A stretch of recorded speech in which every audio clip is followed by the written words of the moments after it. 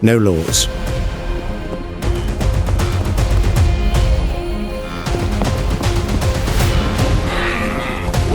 No mercy. No retreat.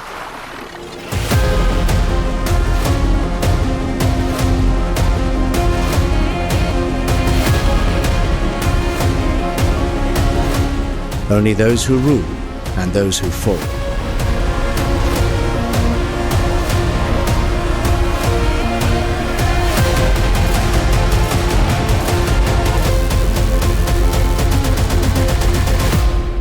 Welcome to WildVerse, where we explore the most extraordinary stories of the natural world.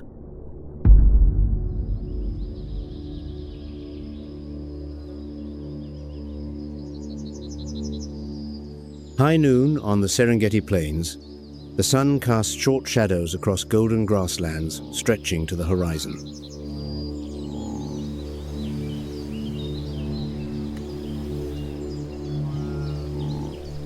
The temperature grazes 105 degrees Fahrenheit. Heat shimmers above cracked earth, and most creatures have sought shade.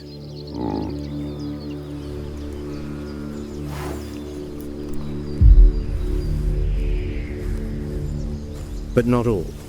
A pride of lionesses lies motionless in grass tall enough to reach a person's waist.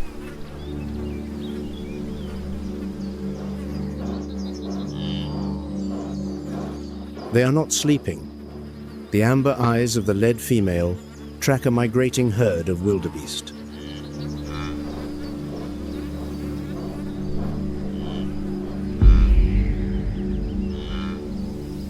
The lead lioness signals with a dip of her head so subtle it is nearly imperceptible.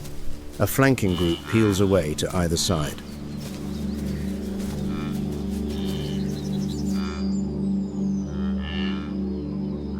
The rest hold still. They are the blockade.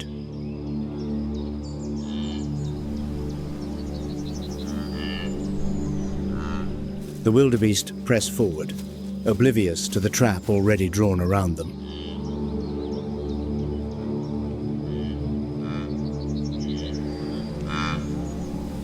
The ideal prey for lions, the old, the young, the injured, the weakest links in the herd.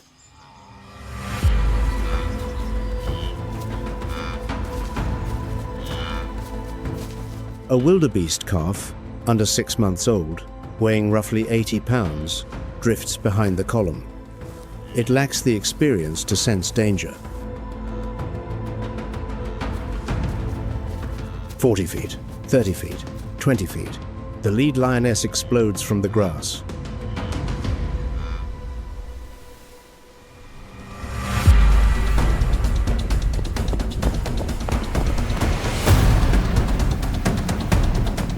A lion's top speed reaches 35 miles per hour, slower than a wildebeest over distance.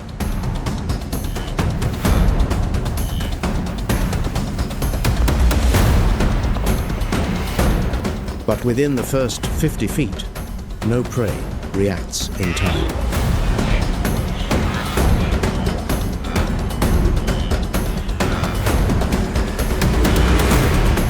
The chase lasts fewer than 8 seconds. The lead lioness misses, but the flanking female strikes from the blind spot, claws nearly 2 inches long, pinning the calf's shoulder. The calf collapses. Red dust erupts into the midday glare.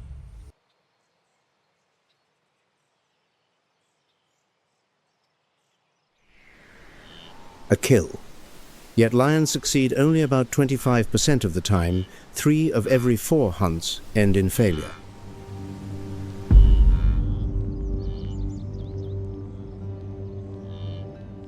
Every meal demands a toll. Spent energy, risk of injury, and sometimes death itself.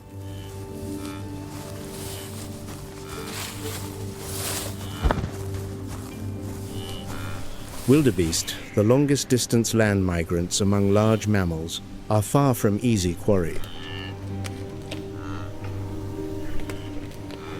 A full-grown adult weighs up to 500 pounds, armed with curved horns capable of inflicting severe wounds on any attacker.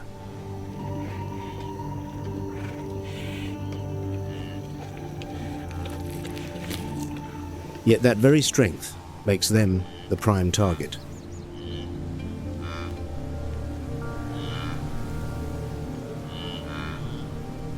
A single adult wildebeest provides enough food for an entire pride for 2 days.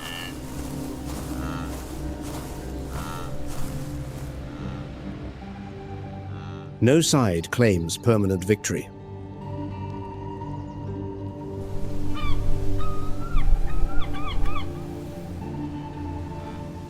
This is nature's paradox, a fragile equilibrium between life and death, where every failure of the hunter becomes a triumph for the hunted.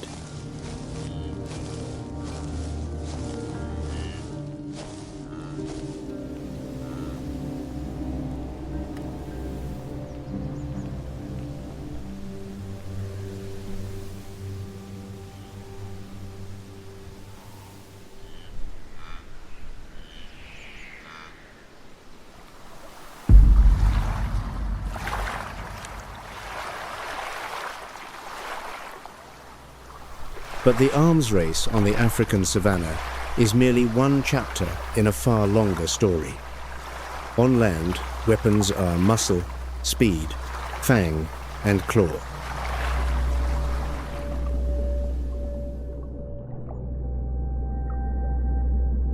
Beneath the ocean, the rules change entirely.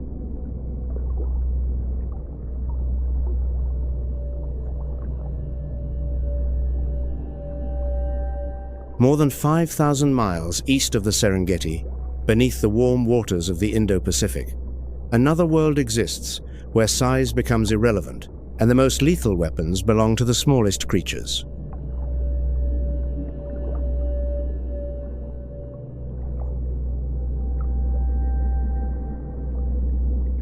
The Coral Triangle, spanning seas from Indonesia through the Philippines to Papua New Guinea, harbors more than 75% of all coral species on Earth.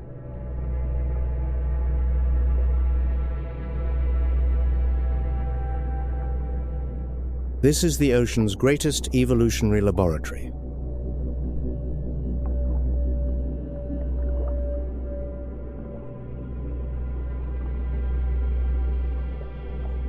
And among these luminous reefs, a different arms race has unfolded, waged not with muscle or speed, but with venom, camouflage, and biological traps.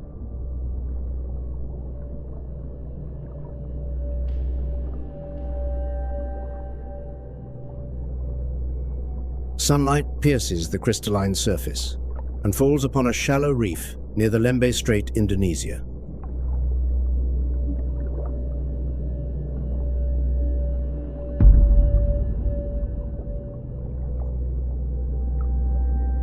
Among staghorn coral branches and multicolored sponges, a creature smaller than a golf ball creeps through a crevice.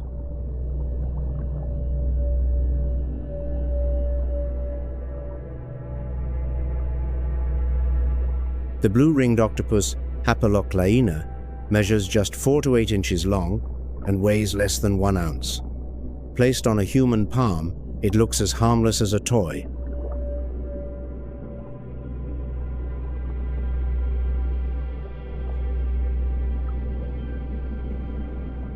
Yet within that diminutive body lies enough venom to kill 26 adults.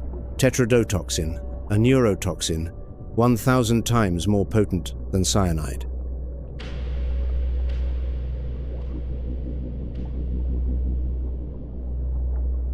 And there is no antidote. Stranger still, the blue-ringed octopus does not manufacture its own venom. Symbiotic bacteria, Vibrio and Pseudomonas, dwelling in its salivary glands, are the true chemists.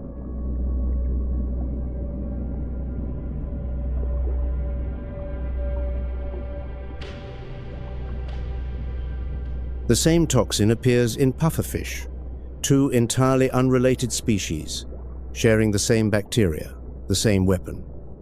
Chemical warfare through convergent evolution.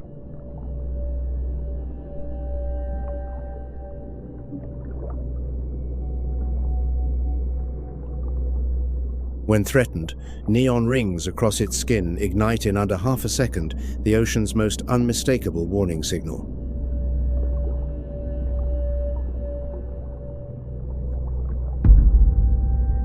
But if the aggressor does not retreat, the bite follows, and the victim feels no pain.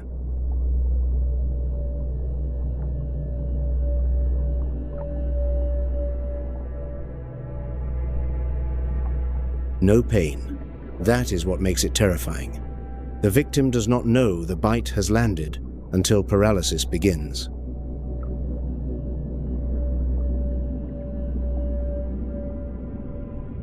The lethal dose, a single milligram lighter than a grain of salt.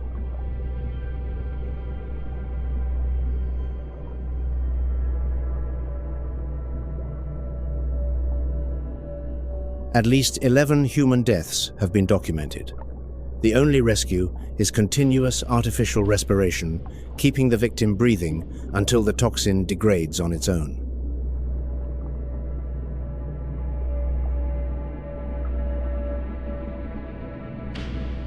This lethal creature possesses a remarkably brief lifespan, lasting a mere 1 to 2 years.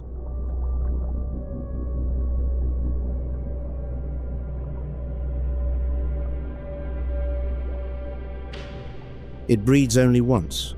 The mother fasts entirely, cradling her eggs, guarding them without rest, surrendering to exhaustion and death the moment her young emerge.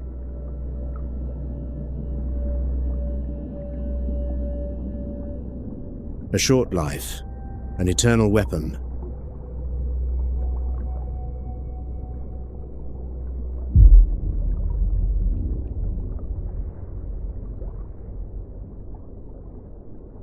On the Indo-Pacific reefs, the most biodiverse waters on Earth, the deadliest weapon has nothing to do with size.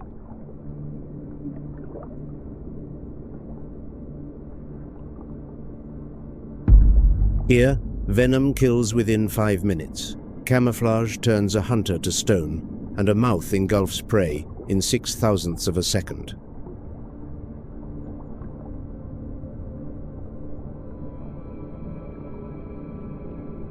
And the most fearsome predator? Not the one carrying the strongest venom, the one that is never seen until it is too late.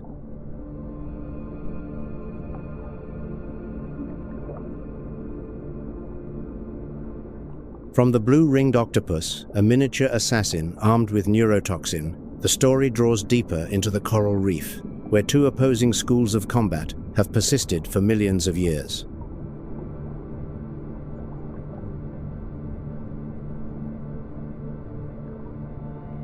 The first school, display of power. The sea slug nudibranche is the undisputed master of this strategy.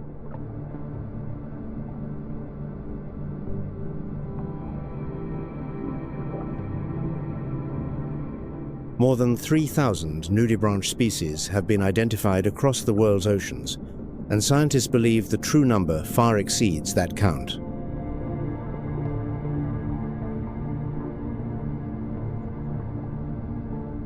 They range from smaller than a grain of rice to 2 feet long in the case of the giant Spanish dancer.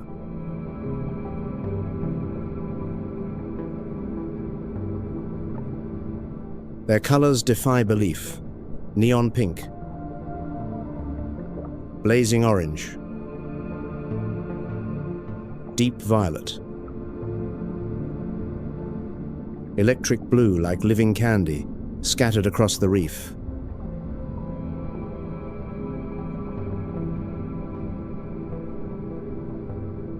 But this is not decoration. This is a warning.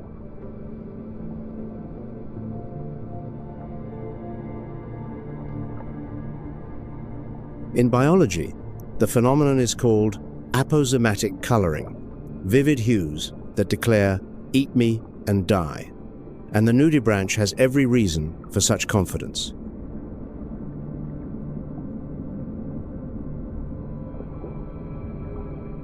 They are the ocean's most sophisticated weapons thieves.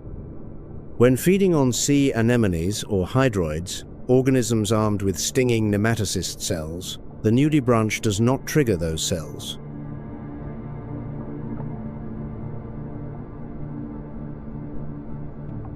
Rather than digest them, this biological machine steals thousands of venomous stinging cells from its prey, completely intact.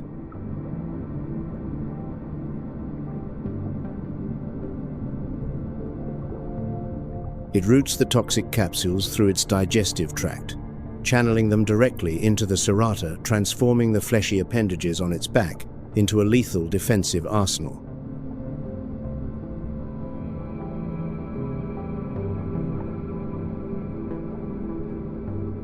There, another creature's weapon becomes its own.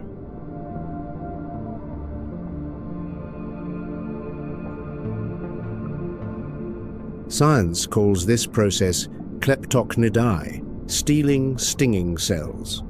No other species on Earth accomplishes this with such precision.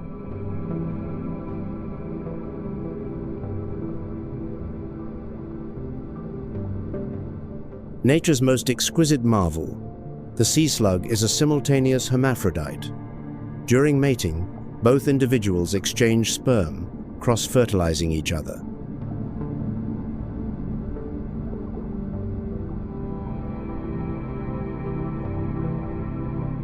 This mechanism ensures that not a single reproductive opportunity goes to waste across the vastness of the open ocean.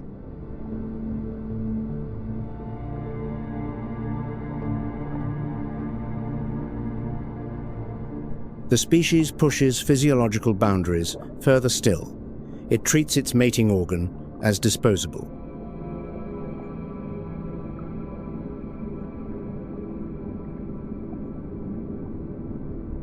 Through autotomy, the nudibranch detaches its penis immediately after copulation, then regenerates a fully functional replacement in just 24 hours.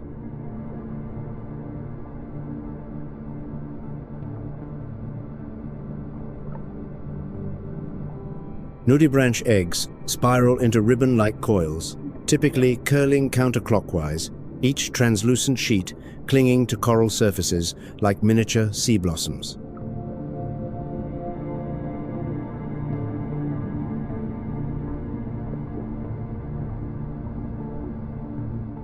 Among thousands of species, the Spanish dancer Hexabranchus sanguineus stands apart.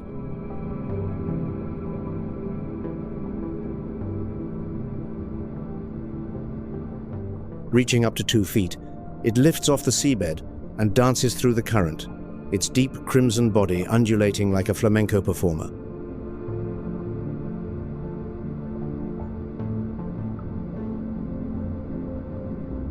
But behind that beauty lies a vital ecological role.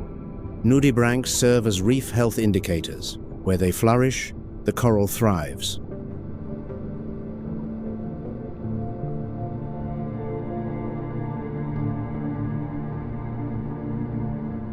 The lesson of the nudibranch is plain.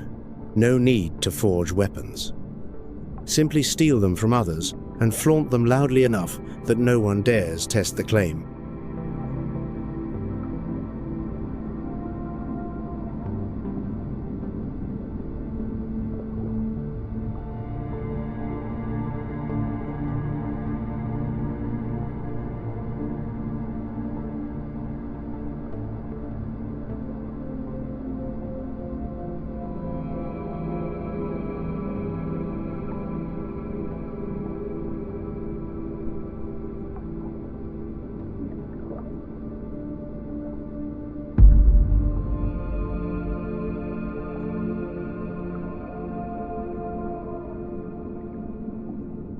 The stonefish, Sinancea verrucosa, the most venomous fish on Earth according to Guinness World Records.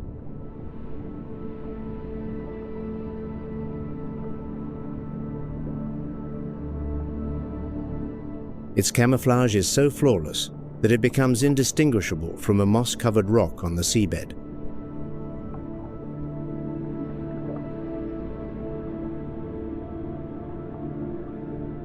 Measuring roughly 1 foot to 1.5 feet long, weighing up to 5.5 pounds.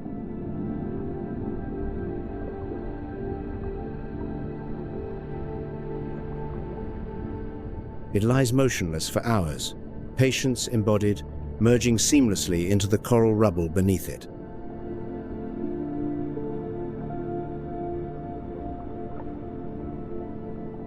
13 razor-sharp dorsal spines rise along its back, each fitted with a pair of venom glands loaded with verrucotoxin, a neurotoxic protein.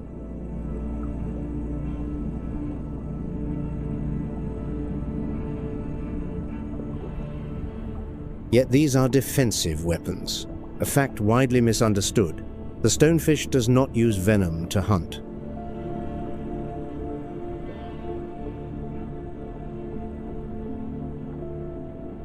It hunts with speed, a strike lasting just 15 thousandths of a second, generating a vacuum that sucks prey straight into its mouth.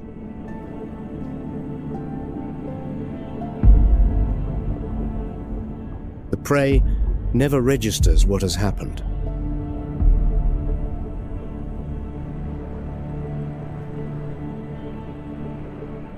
The venom is reserved for anything foolish enough to step on it. And the pain stonefish venom delivers has been described as worse than childbirth.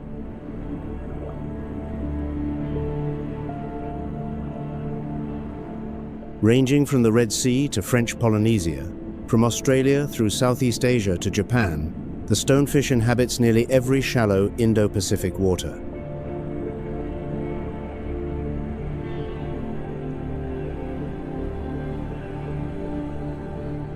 Its lifespan spans 5 to 10 years, a decade spent lurking on the seabed, still as stone, waiting.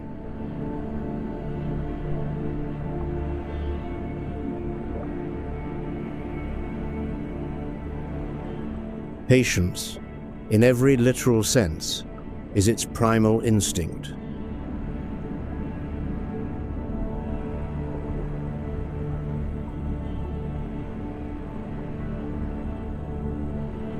Two schools of thought, two strategies, both effective for millions of years.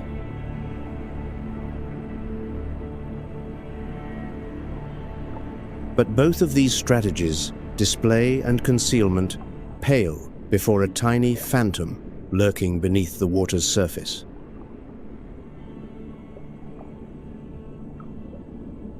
What we are about to encounter doesn't just carry weapons, they are entities that shatter every conventional rule of biology.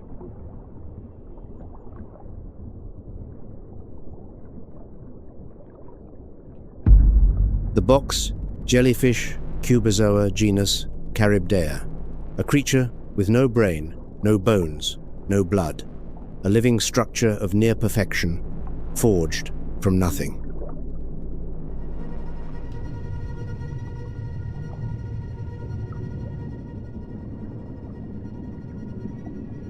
If Chironex is a colossal monster, then Charybdea is an elite sniper. Tiny, agile, and virtually undetectable.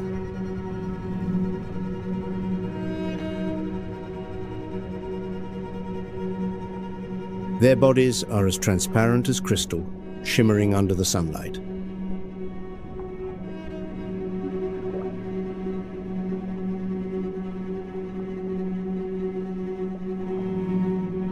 From the four corners of their box-shaped body, exactly 4 tentacles extend slender as silk threads, yet harboring terrifying power. Each tentacle can stretch up to 10 times the body's length when hunting, blanketed with thousands of stinging cells, microscopic venom capsules.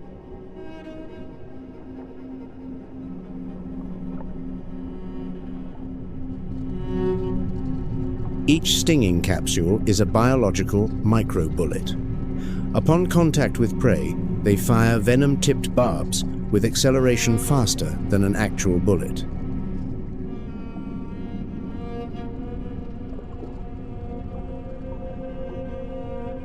Charybdea's venom does not kill humans en masse within seconds like their giant relatives, but it inflicts excruciating agony that can trigger Irukandji-like syndrome.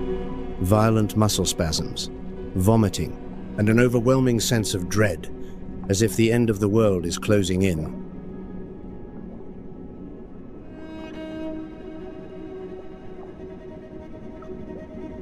What transforms this genus of jellyfish into a superior active predator lies in their visual system. They possess up to 24 eyes.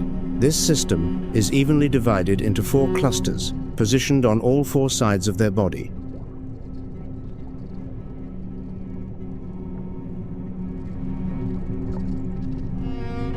More terrifyingly, each cluster contains two complex lens eyes, equipped with a fully developed cornea, crystalline lens, and retina, every bit as sophisticated as a human eye.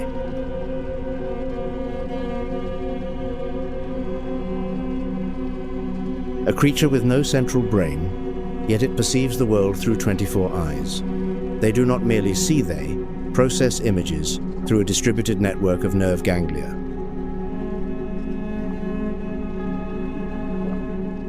And unlike most jellyfish that simply drift aimlessly, Charybdia are masterful swimmers. They propel themselves actively, weaving through mangrove roots and coral reefs at astonishing speed.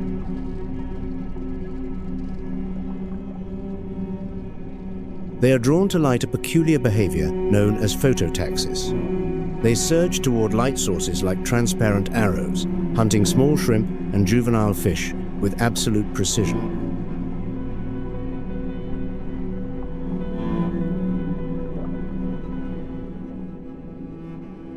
A living paradox of the ocean. Tiny, yet mighty. Simple, yet sophisticated.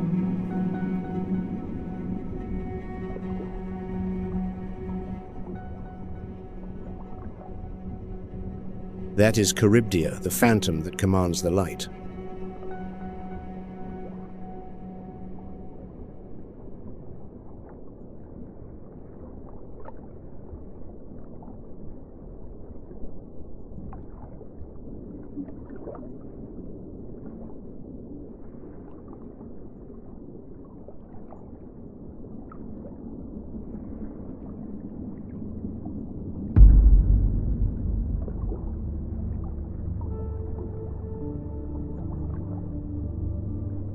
The ocean's most lethal venom resides in its simplest organism. No brain, no skeleton, no consciousness.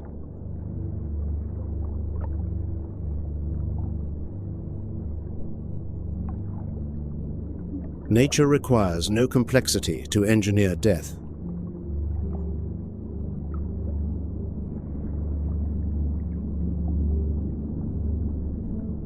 The next invader represents a far more insidious threat, systematic destruction from within.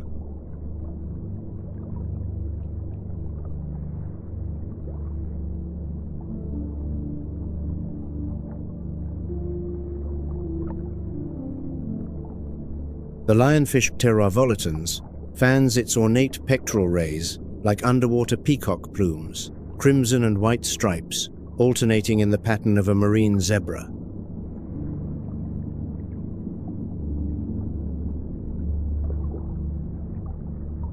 Perhaps the most beautiful fish on the reef, but that beauty is a trap.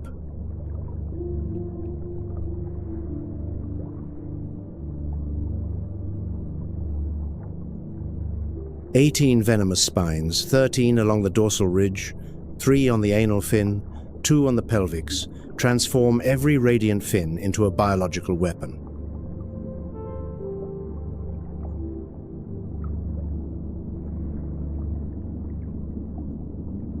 The lionfish is venomous, not poisonous, a distinction that matters profoundly. Remove the spines, and the flesh is perfectly edible.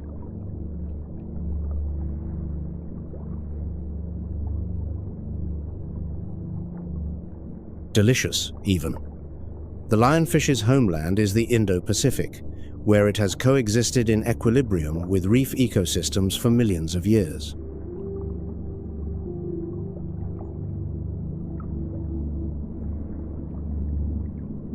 But around 1985, everything changed.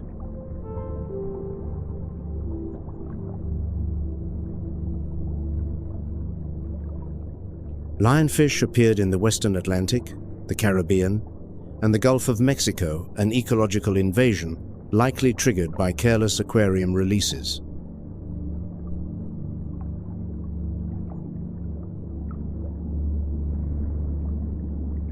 In these new waters, the lionfish faces no natural predators. Nothing hunts them, and they consume everything.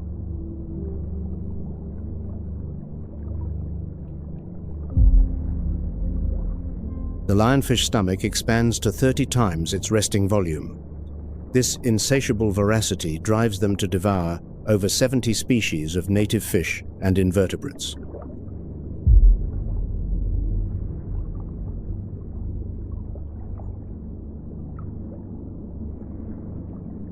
A single female releases roughly 2 million eggs per year, spawning ceaselessly across every season. Sexual maturity arrives in under 12 months.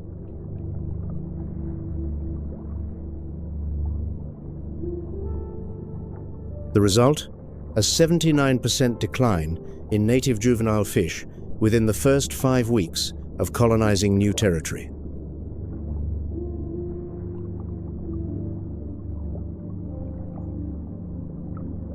Nearly an entire generation of juvenile fish erased in fewer than 6 weeks.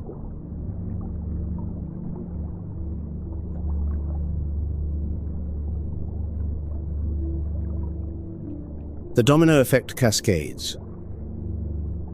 Lionfish eat the algae-grazing fish. Algae blooms unchecked. Algae smothers coral. Coral dies. The invader does not merely kill fish, it kills the reef itself.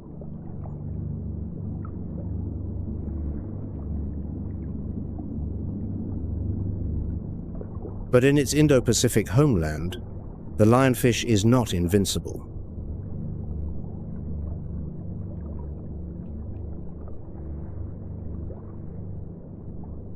Something eats them there, swallows them whole, undeterred by 18 venomous spines.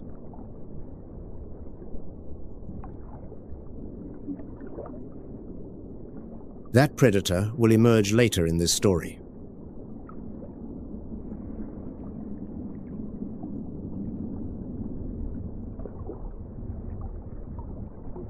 The invasion of the lionfish, the arms race on the coral reef, that seemed to have already escalated to its peak.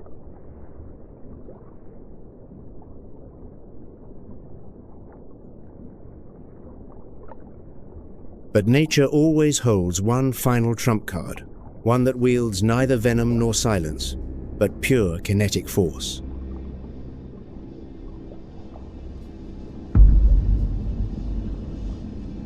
The peacock mantis shrimp, scientifically known as Odontodactylus silurus.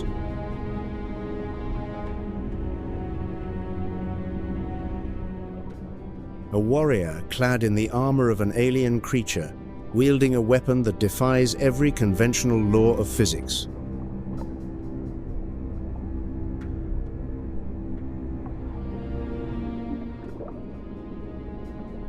Spanning 2 to 7 inches in length, they wear a dazzling exoskeleton ablaze, with iridescent greens, oranges, and reds, like a peacock's tail, a magnificent beauty, concealing an authentic engine of destruction.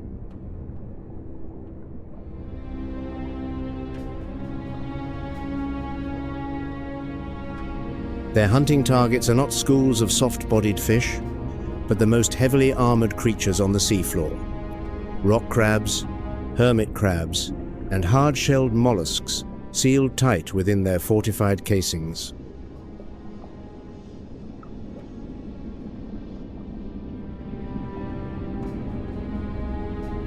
Unlike predators that hunt with fangs and claws, the peacock mantis shrimp belongs to the smasher group, possessing a pair of specialized club-like raptorial appendages constructed from ultra-dense hydroxyapatite.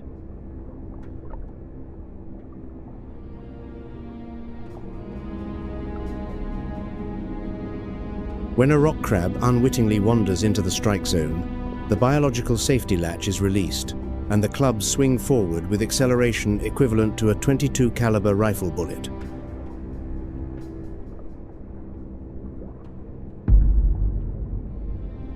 The strike reaches 50 miles per hour even against the tremendous drag of water, tearing apart the molecular structure of the liquid to generate microscopic cavitation bubbles.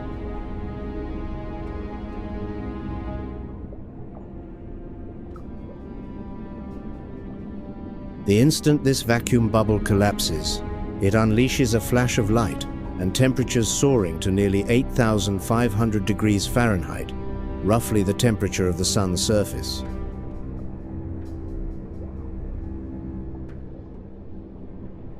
This means the unfortunate prey endures a devastating double blow, a mechanical impact force of up to 350 pounds of force, followed by a shockwave explosion that shatters its protective armor to fragments.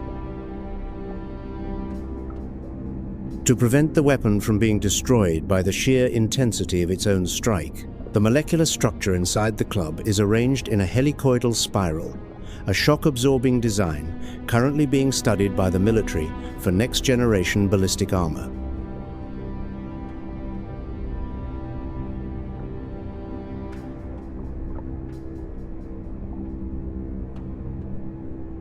But this heavy-duty weapon only reaches its full potential thanks to the most complex visual system in the entire animal kingdom: 16 types of color photoreceptor cells, combined with independent trinocular depth perception in each eye.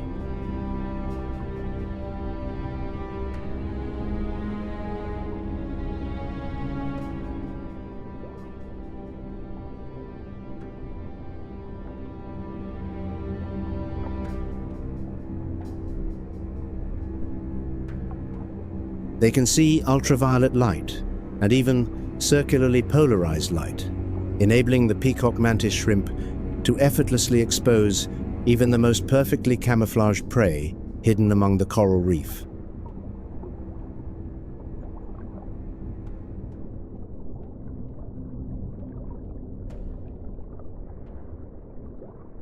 These eyes function as an integrated microprocessing camera system, automatically analyzing data on site and locking onto targets with zero latency before delivering the killing blow.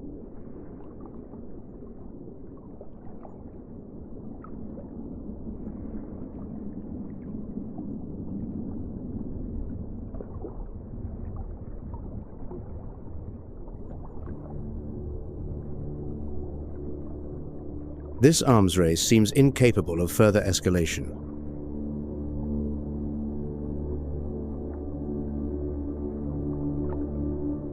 But the final two contestants prove otherwise, one through the ocean's most flawless individual deception, the other through an unprecedented cross-species alliance.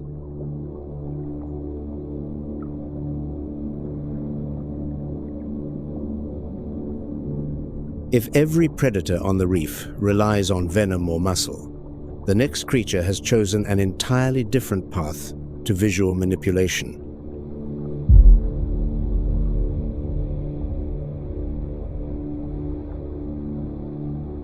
The cuttlefish family's Sepiidae, living optical computers that patrol the intricate reefs of the Indo-Pacific.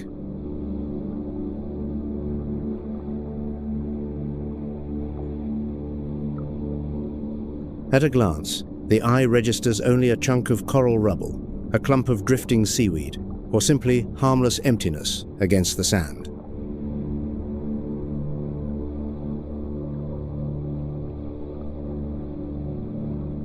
Because the camouflage of this cephalopod represents the pinnacle of biological disguise.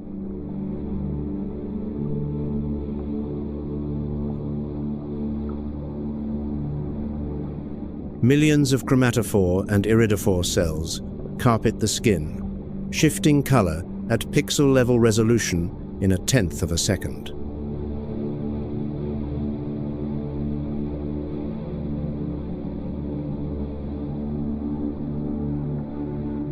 It mimics not merely color, but manipulates tiny muscle bundles beneath the skin to replicate the precise three-dimensional texture of jagged coral branches.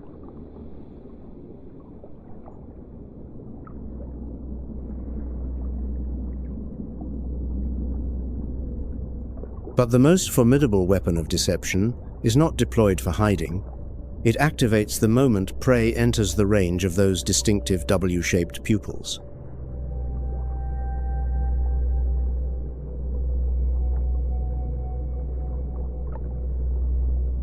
The soft mantle erupts in pulsing bands of black and white, that ripple continuously like electric waves, an irresistible visual hypnosis.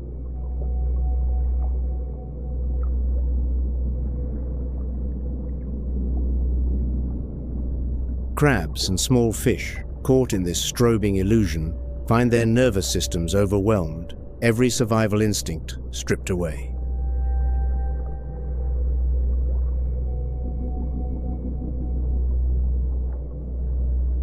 In that frozen instant of sensory overload, the invisible assassin strikes with devastating precision.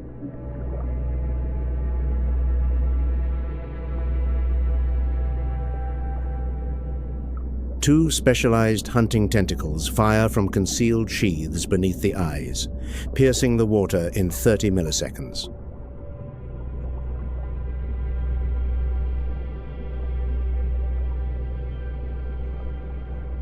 The strike carries immense kinetic force, micro-hooked suckers locking onto the prey before any reflex can trigger.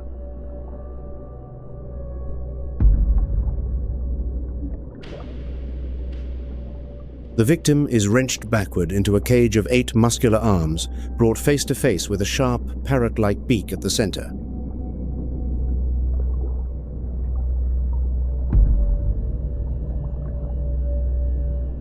That beak crushes the hardest crustacean armor with ease, while simultaneously injecting cephalotoxin, a neurotoxin that extinguishes all resistance.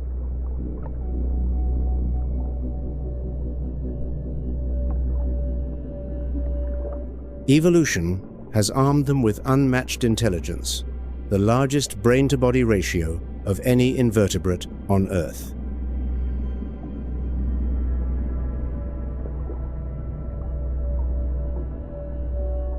They calculate light angles, memorize reef topography, and optimize each deception scenario with the precision of seasoned strategists.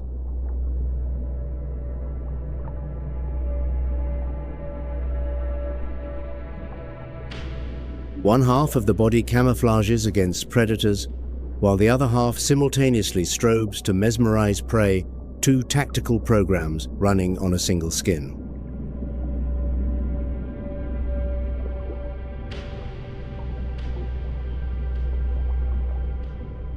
Through optical illusion and cold intelligence, the cuttlefish ascends to the apex of solitary killing, a lethal mirage that needs no allies.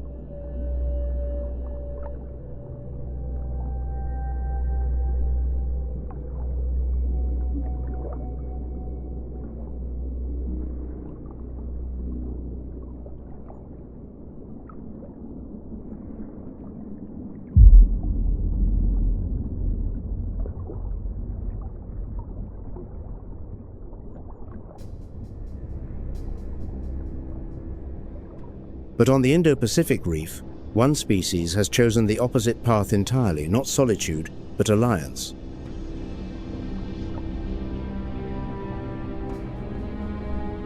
Not individual traps, but collective tactics that cross the boundaries of species.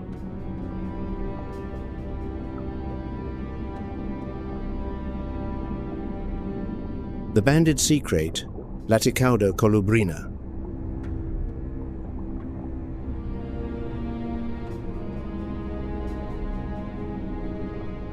a sea snake whose venom strikes 10 times more potent than a rattlesnake's LD, 50 below 0.05 mils, kg, of body weight.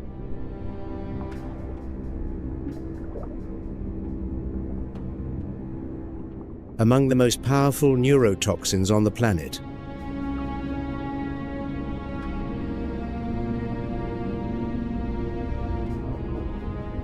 But here lies the most astonishing paradox. It is docile, extraordinarily docile.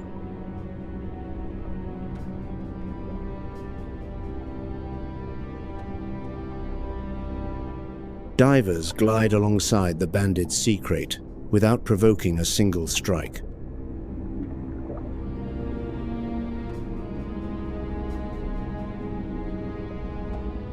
Many defensive bites are dry, delivering no venom at all.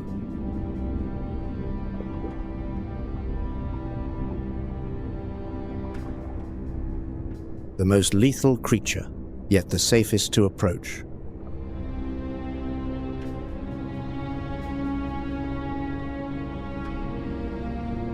Venom sufficient to kill dozens of humans, yet almost never deployed against them.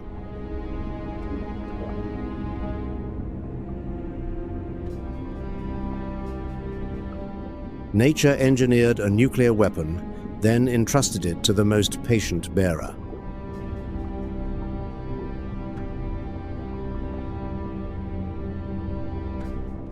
Females stretch to 5 feet, weighing roughly 4 pounds.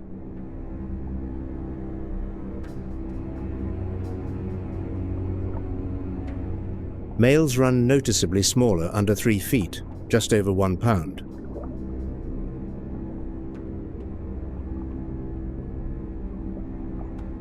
Alternating black and white bands aposematic coloring broadcast a warning signal identical to the nudibranchs.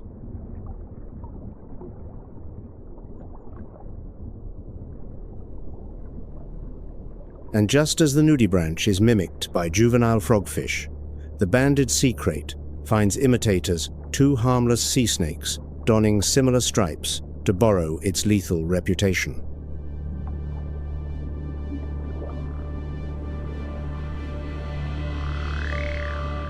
Batesian mimicry, once again.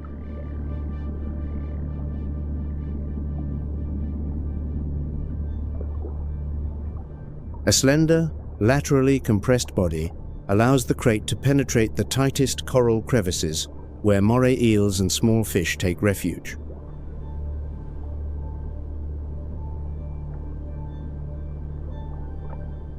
It specializes in hunting moray eels, a quarry few predators dare confront inside their own dens.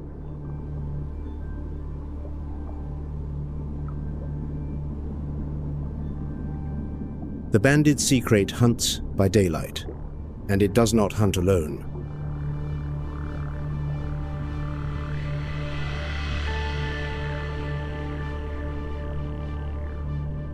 This is among the most remarkable spectacles marine biology has documented. Banded sea crates, coordinating hunts alongside giant trevallies and goatfish.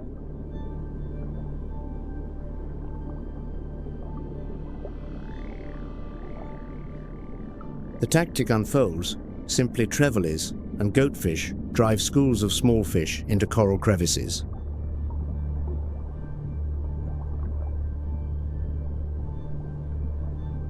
The crates slip inside, sweeping every crevice with their compressed bodies, flushing prey back into the open.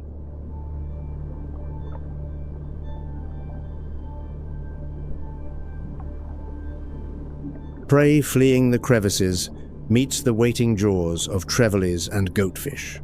Both parties profit.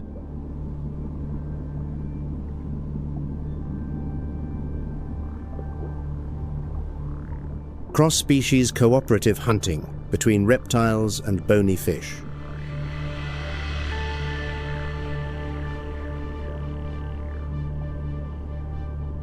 The sea crate hunts with entirely different species, a degree of collaboration few would have predicted.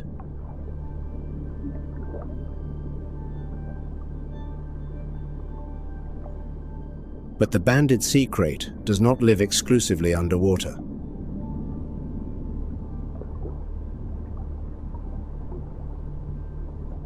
It is amphibious, spending roughly half its life on land.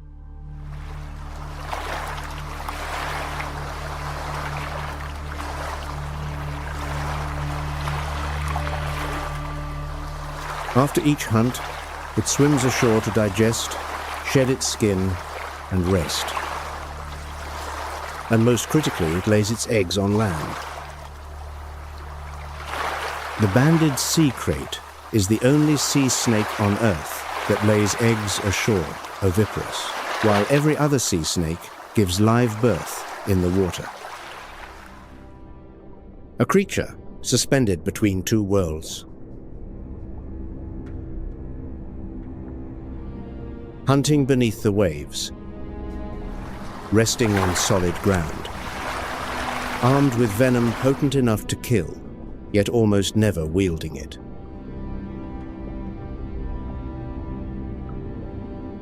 Forging alliances with other species to hunt, laying eggs on dry land despite being a sea snake.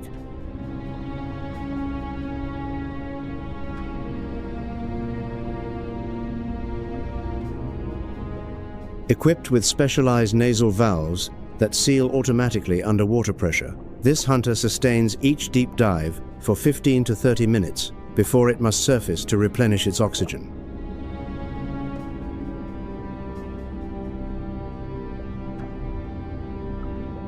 Amid the vast ocean, the banded sea crate remains tethered to the air, its bond with the terrestrial world never severed.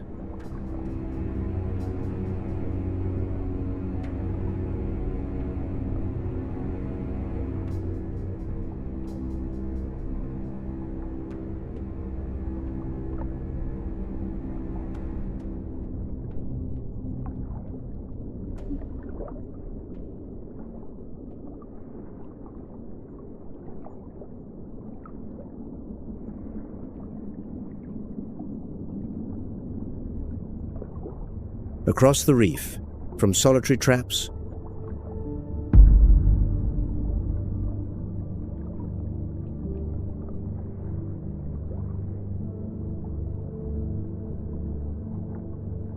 to hunting alliances,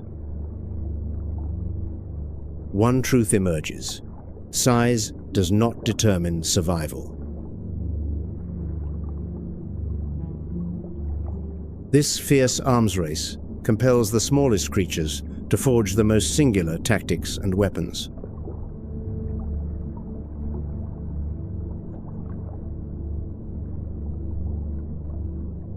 Eight creatures wield 8 distinct, lethal solutions, yet all depend upon the reef's integrity.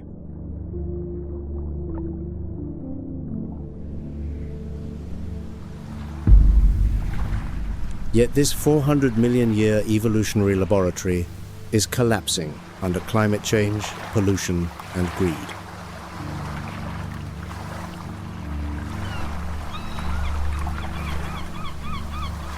When the reef vanishes, thousands of species and the grand evolutionary legacies they carry will be buried forever.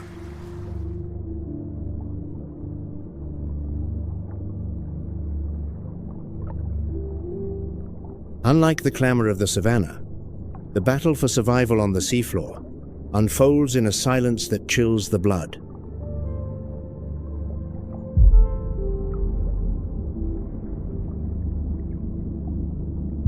Weapons concealed in venom and camouflage create a battlefield where the defeated never know they have been targeted.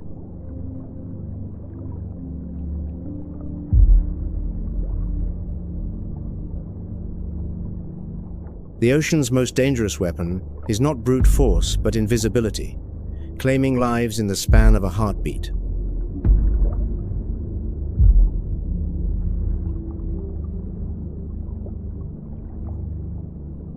Right now, a creature smaller than a fingernail carries venom lethal enough to kill in perfect silence, entirely unnoticed.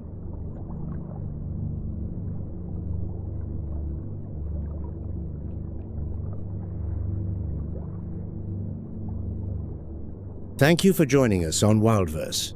Subscribe now to continue exploring the untold stories of survival.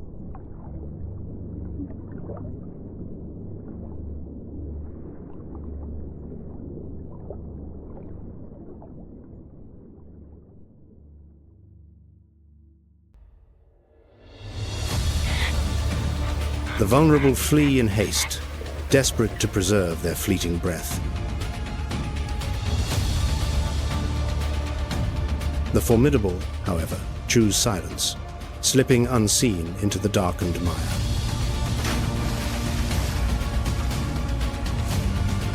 For that is how true terror is masterfully sown.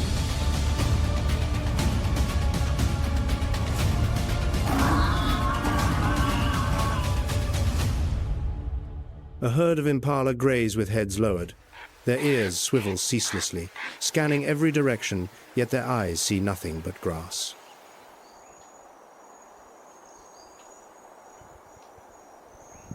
A few paces away, a giraffe stands motionless. Its head rises above the treetops, its gaze sweeping nearly 1.25 miles of open ground, a living watchtower on the savanna.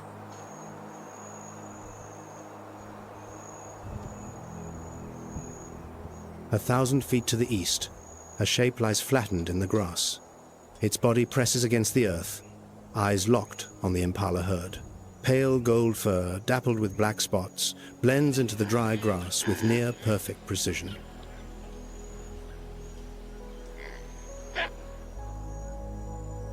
Farther still, concealed in thick scrub, a male lion lies frozen. His dark mane dissolves into shadow, his amber eyes half closed against the rising heat.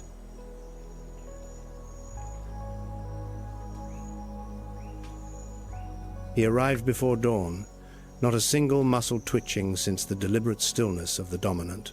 Every breath shallow, every heartbeat measured, the patience of an apex predator distilled into perfect inaction.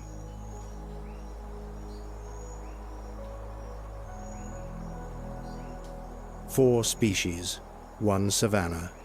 Before the sun reaches its peak, at least one of them will pay the price of sharing this unforgiving ground.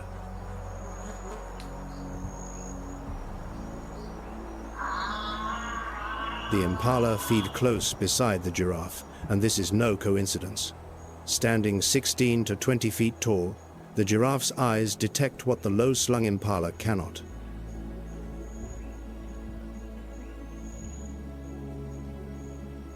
This is a cross-species survival pact, refined across millennia of coexistence.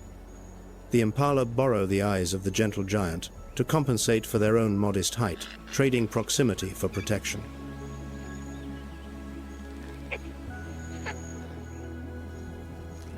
And those very eyes now detect what the entire impala herd has missed, a low shape pressed against the golden grass, edging closer with each passing second.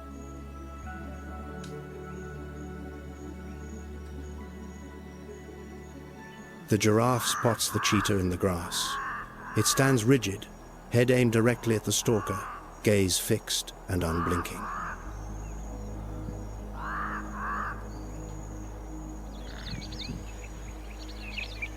The impala read the signal. Heads snap upward in unison, ears erect, every muscle drawn taut as a bowstring.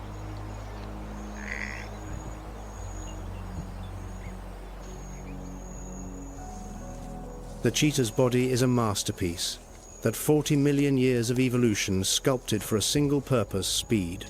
Every sinew, every bone, every hollow chamber of its oversized lungs exists to serve velocity.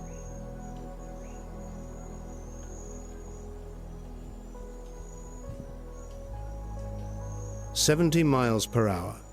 From standstill to 100 kilometers in 3 seconds flat. Faster than any supercar ever built. A biological engine without equal."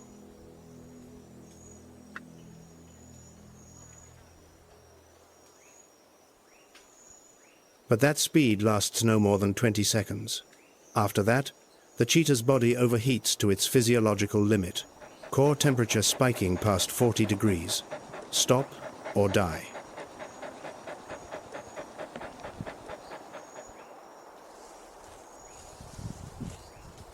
The cheetah's success rate hovers between 40 and 50%, the highest among the great cats. But catching prey is one matter, keeping it is another entirely.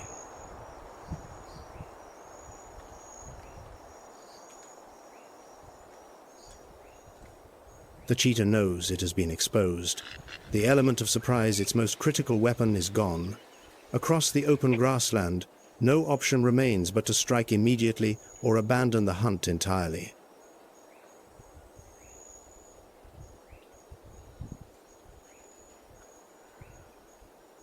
Its eyes lock onto a young impala that has drifted from the herd, isolated, hesitant, still learning the rhythms of danger. A fatal mistake.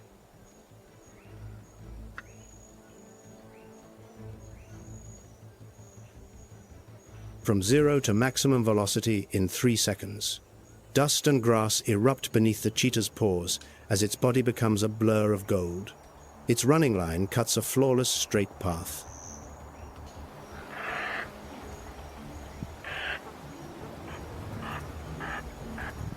The young impala zigzags in desperation, the only tactic against raw speed, because the cheetah's spine-flexing stride changes direction far less nimbly than its agile quarry.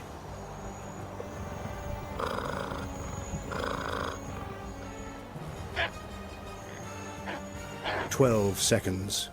Specialized claws, semi-retractable, functioning like the spikes on a sprinter's shoe, grip the earth and strike the prey down with surgical precision. The hunt is over.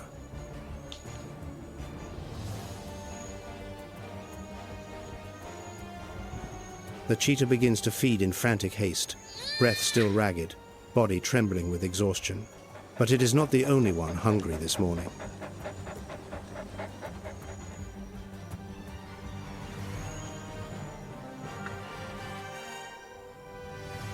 The lionesses rise from the underbrush.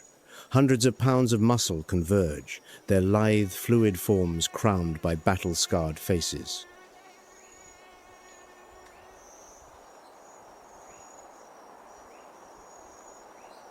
They have rested motionless all morning, not from indolence, but because steadfast patience remains the greatest weapon of the savanna's elite hunters.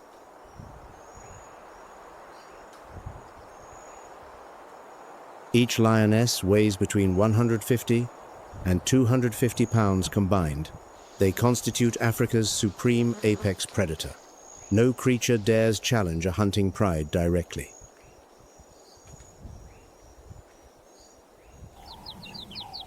Yet today, they ignore the cheetahs and impala herds. The pride's gaze locks onto a substantially more formidable quarry.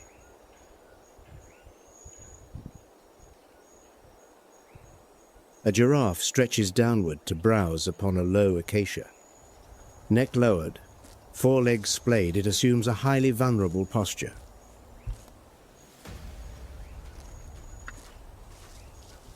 The pride advances, 164 feet, 98 feet, 49 feet.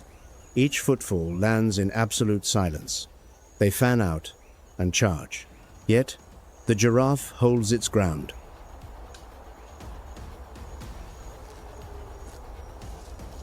It pivots with startling agility for a creature thrice the height of its assailants. A hind leg strikes with an estimated 2,000 pounds of force.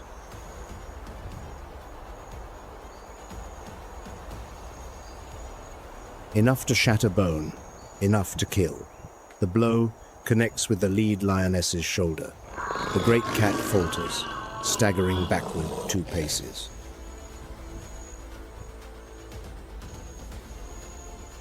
The giraffe stands resolute, confronting them. 4 pillar-like legs planted firmly, head held high, entirely devoid of panic.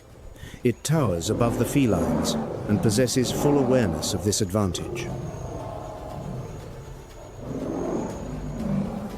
The pride retreats, not in defeat, but because the potential cost is simply too steep.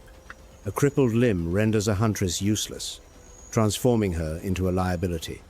An inability to hunt guarantees starvation.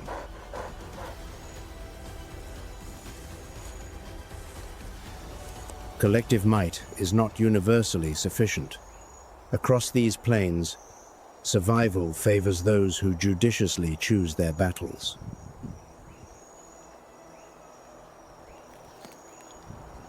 Nearby, a cheetah finishes its meal, resting beneath an acacia canopy as temporary peace falls. The impala herd resumes, grazing 1 lost, 39 remain.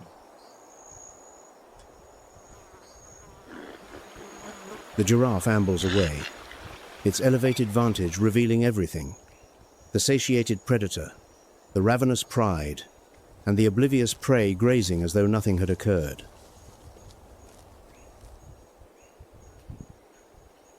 Retreating to the shadows, the lionesses lie in wait for another fleeting opportunity. Patience. Eternal patience. These formidable females govern the African savanna through unyielding collective strength and absolute fortitude.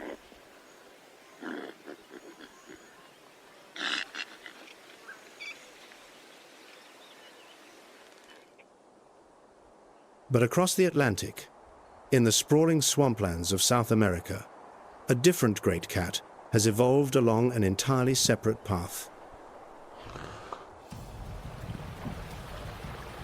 It needs no pride, as the lion does, no speed, as the cheetah requires.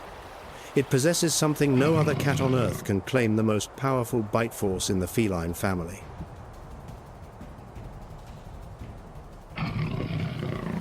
A single bite clean through a caiman's skull. The jaguar, South America's apex cat, built for the swamp and answerable to nothing.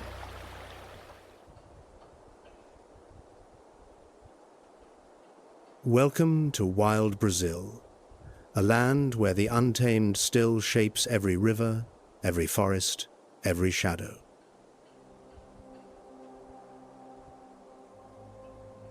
The fifth largest nation on Earth, 8.5 million square kilometers stretching from equatorial rainforest down to tropical savanna, from flooded marshland across to white desert.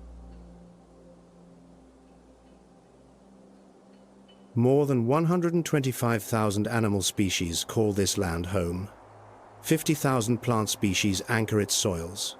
15 to 20% of the planet's entire biodiversity contained within a single country.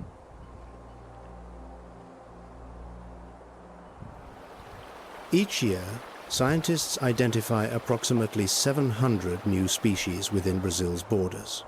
The natural world here continues writing pages that humanity has yet to read. 65% of Brazil's territory remains cloaked in native vegetation, 5 towering biomes spread across the continent, each a separate world governed by its own climate, ecology, and set of rules. Pantanal, Amazon, Mata Atlântica, Cerrado, Caatinga, and thousands of kilometers of Atlantic coastline, each name a doorway into a different realm.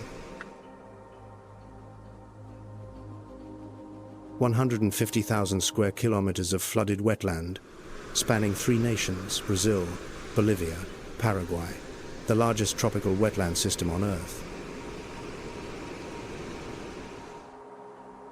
80% of the surface sinks beneath water during the wet season.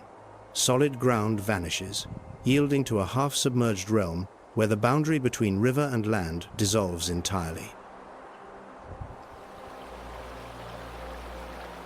Unlike most major rivers in South America, the Paraguay River, the lifeblood of the Pantanal, remains entirely unobstructed by any dam along its main channel.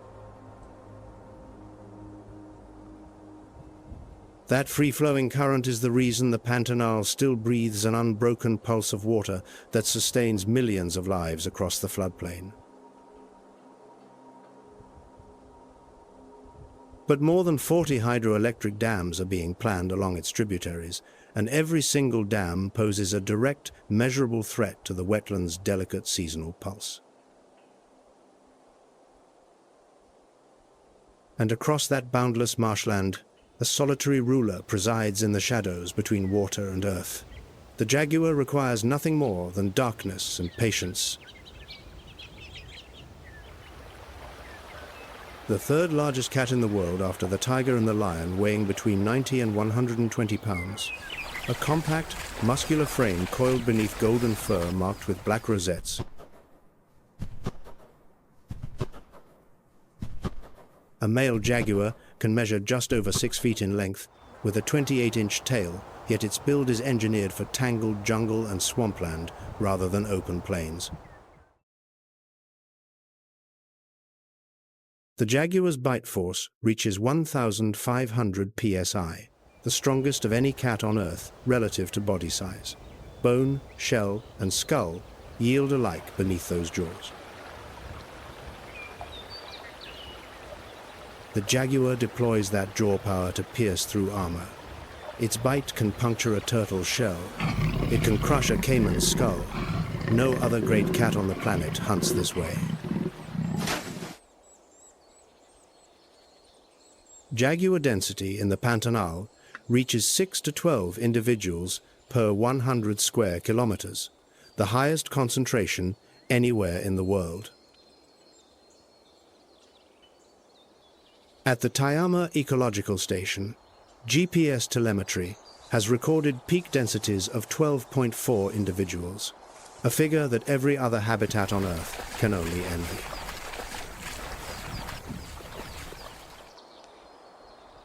The Pantanal jaguar's technique for hunting caiman is globally unique. They hunt in daylight during the hottest hours, when caiman bask on the banks, sluggish and exposed. The jaguar approaches from behind in absolute silence. Not a leaf snaps, not a ripple stirs. The marshland holds its breath. Then it lunges with a precise bite through the caiman's skull behind the eyes, behind the ears where the bone is thinnest and the path to the brain is shortest. The success rate runs at roughly 5%, one kill in every 20 attempts, 19 failures for every triumph. Patience, once again, is the absolute prerequisite.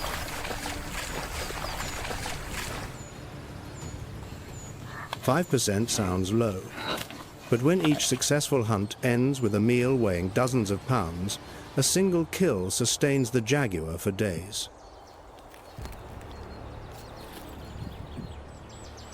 Even so, with a ratio of 2,000 caiman for every one jaguar in the Pantanal, the odds are stacked generously in the predator's favor.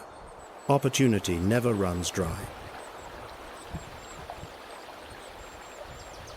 At times, the jaguar probes the bankside vegetation with its forepaw feeling for hidden caiman beneath the cover, a technique that no other predator on Earth employs. The jaguar's menu encompasses more than 85 species, from caiman to capybara, turtles to deer, snakes to fish, the most versatile hunter among the great cats. But the jaguar is not the only creature searching for a meal in the Pantanal. Other eyes watch, other appetites stir beneath the waterline.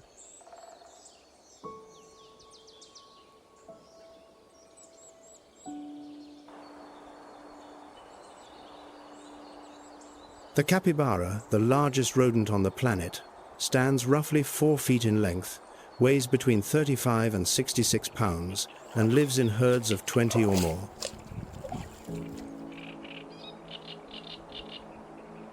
They graze along the water's edge in tight clusters, ears permanently raised, nostrils twitching without pause.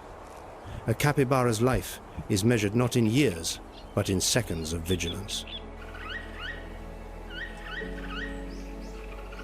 During the dry season, as water levels drop, capybara herds can swell to over 100 individuals, clustering around the last remaining pools, a feast laid out for every predator.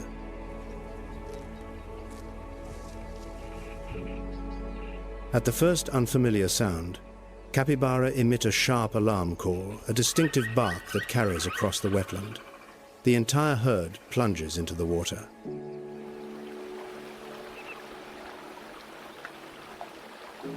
But this is a mistake. That instinct compels them to repeat a fatal loop encoded deep in their survival programming. Because beneath the surface lies the caiman's domain.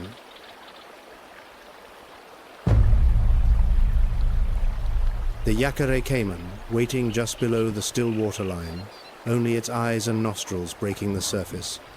A reptilian patience older than any mammal on these banks.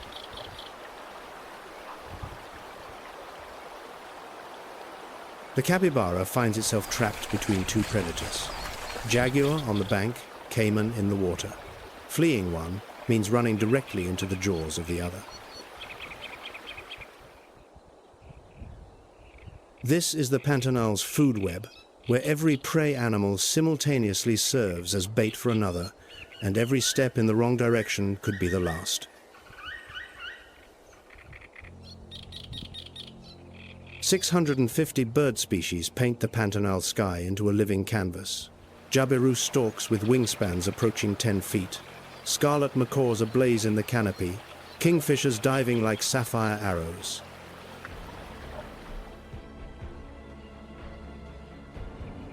The Pantanal is not ruled by any single predator. It is ruled by the web itself, a mesh of hunger and fear so tightly woven that pulling one thread unravels them all. Each species functions as both regulator and regulated predator and prey woven into the same thread. A fragile network that has operated with precision across millions of years.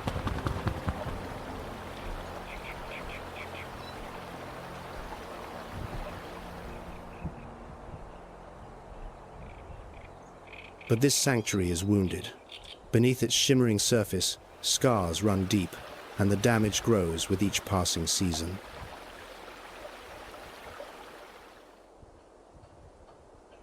In 2020, extreme drought triggered wildfires that consumed 30 to 39% of the entire Pantanal, nearly 4 million hectares reduced to ash. In 2024, another 2,600,000 hectares burned, the second catastrophic blaze in 4 years, devastating the Pantanal at a staggering scale.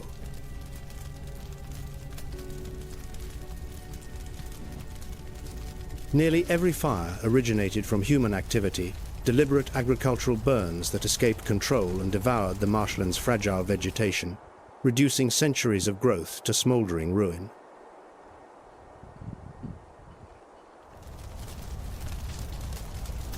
Yet research revealed something striking.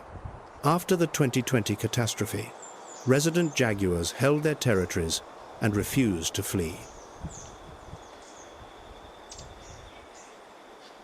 1 year later, jaguar density had increased. Individuals from surrounding regions migrated inward, transforming the Pantanal into a climate refuge.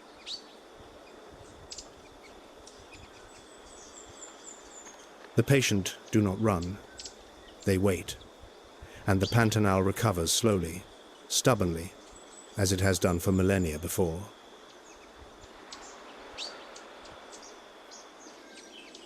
The jaguar's patience was forged in the Pantanal's shallows. But 3,000 kilometers north, patience takes a very different form, coiled beneath the surface, waiting to crush. The Amazon. 5 million square kilometers of tropical rainforest, legal Amazon, accounts for 60% of the entire basin. 390 billion trees, blanketing an area the size of Western Europe. That figure defies comprehension. Counting 1 tree per second, day and night without pause, would take more than 12,000 years to finish longer than all of recorded human civilization.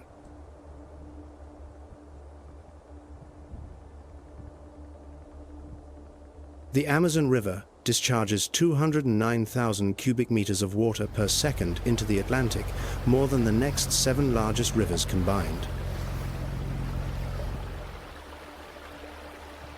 20% of all fresh water flowing into the world's oceans originates from this single river, a hydrological force unmatched anywhere on the planet.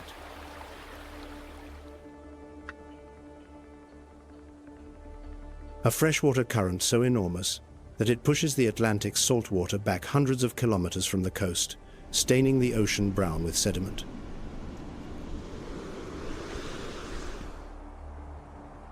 Beneath the canopy, the richest ecosystem on the planet operates by its own laws. More than 430 reptile species, 1,300 bird species, over 430 mammal species.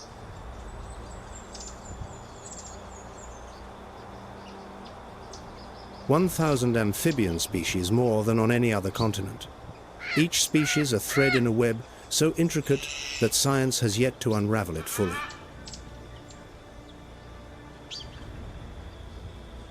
And the tally climbs each year, as scientists have yet to explore every remote corner of forest where no human footprint has ever fallen and no machete has cleared a path.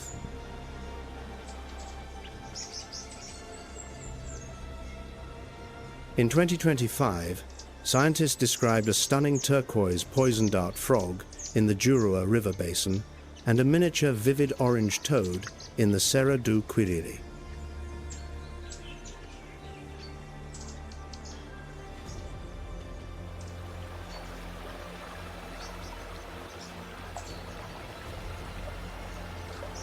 The Amazon never stops revealing what it has kept hidden for millennia. And in the murky, sediment-laden waters of the Amazon basin, an invisible predator waits.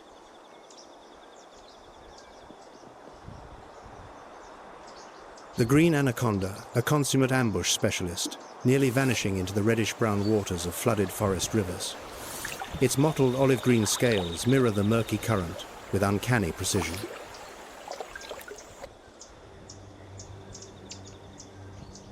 Most adults measure 10 to 16 feet in length. Rare, large individuals may reach 20 to 23 feet, though accounts of 26-foot specimens remain largely anecdotal.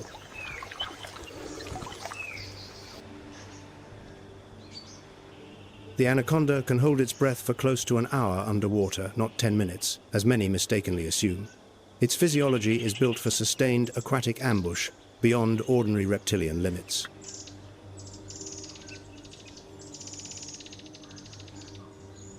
Scientists have documented individuals remaining submerged for up to 50 minutes while consuming prey. The true physiological limit of these serpents exceeds anything previously imagined.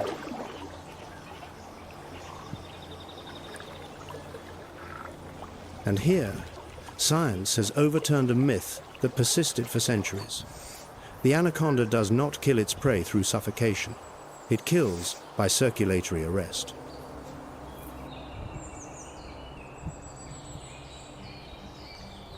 When an anaconda constricts, the pressure reaches 300 psi, strong enough to collapse major blood vessels.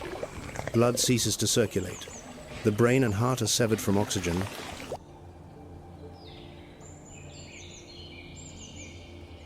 The prey loses consciousness in seconds, not minutes. Death arrives far more swiftly and more mercifully than anyone once believed, a clinical efficiency refined over millions of years. The anaconda hunts the same categories of prey as the jaguar, capybara, caiman, deer, but in an entirely different arena. The water is its ambush chamber.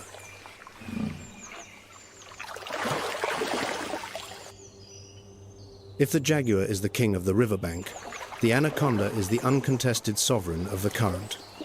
Two rulers, two overlapping kingdoms, sharing territory yet rarely coming into direct conflict. Above the waterline, 4 tiers of Amazon canopy create a world wholly apart where sunlight must battle through layer upon layer of foliage to reach the forest floor. 90% of the light is blocked before it reaches the lowest level. The world below exists in near perpetual darkness, heavy with moisture and the scent of decay.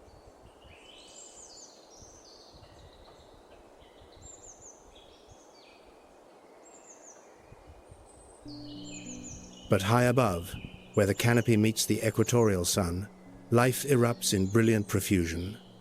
And within that elevated realm, one creature has pushed the strategy of concealment to its absolute extreme.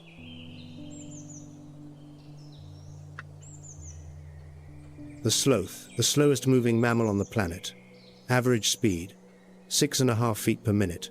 For comparison, a garden snail moves faster. But slowness is not a weakness. Slowness is a weapon. Predators detect prey through movement. No movement, no detection. A principle that is simple, yet devastatingly effective. The sloth has built its entire survival strategy on this single truth.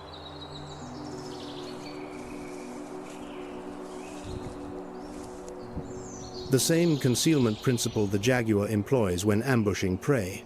Yet the sloth applies it for the precisely opposite purpose, to survive rather than to kill.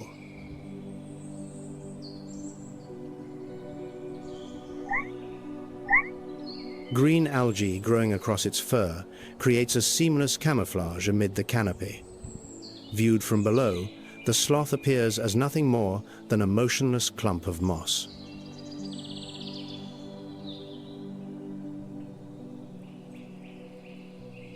More than 70 species of moths and insects live symbiotically in its coat, a miniature ecosystem traveling on the back of the planet's slowest creature.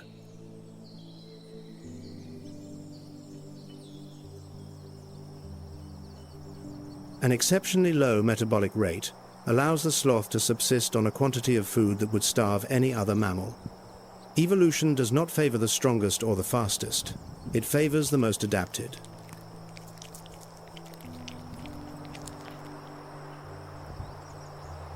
The Amazon harbors 10% of all bird species on Earth, 1,300 species, from the blazing scarlet macaw to the toucan with its 8-inch bill.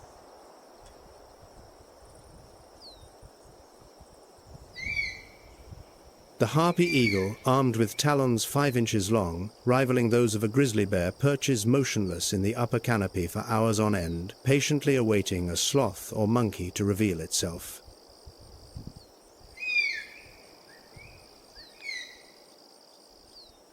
It can detect prey from over 650 feet away and carry quarry weighing half its own body weight through the treetops, the most silent hunter of the high canopy.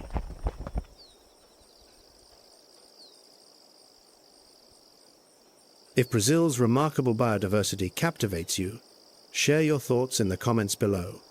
Every voice helps carry these stories further.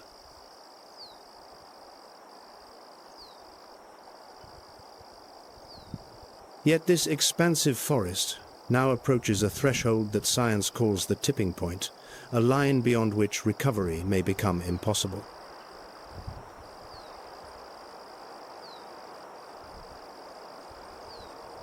(17 to 18% of the Amazon has already been cleared. The tipping threshold sits at 22 to 28%, according to research published in Nature in 2026.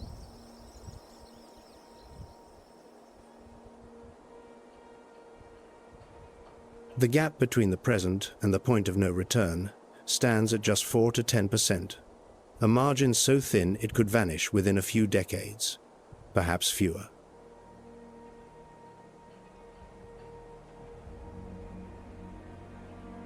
Beyond that threshold, the rainforest begins an irreversible transformation into degraded savanna-like ecosystems. The earliest projections place this collapse in the 2040s.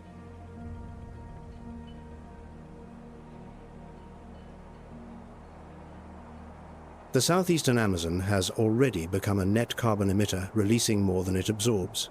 A paradox this forest has never faced in millions of years of existence.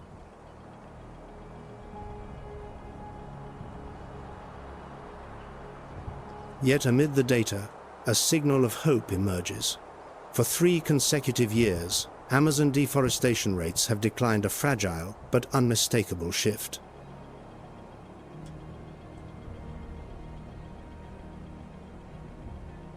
Between 2024 and 2025, only 5,796 square kilometers were lost, the lowest figure in 11 years.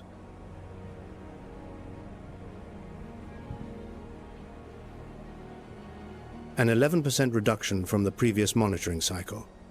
The trajectory bends in the right direction, but the race against time remains far from won.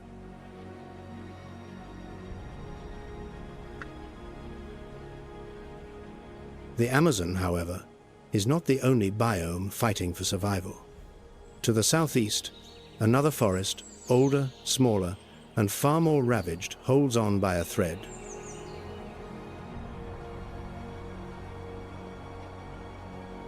Along the southeastern coast of Brazil, where mountains meet the sea, and year-round mist cloaks the steep slopes, an ancient forest once stretched like a green ocean, now only fragments remain.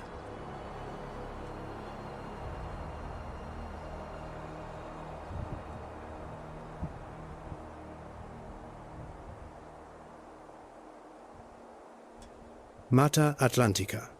Originally, this forest spanned 1,300,000 square kilometers, a colossal green ribbon running the entire length of Brazil's coastline from north to south.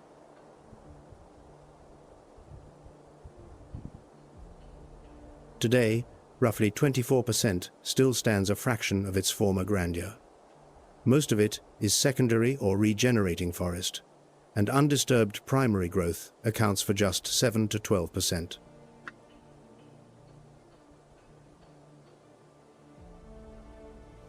What survives, however, defies comprehension. Within these scattered remnants lies a concentration of life so dense it rivals anything the tropics can offer.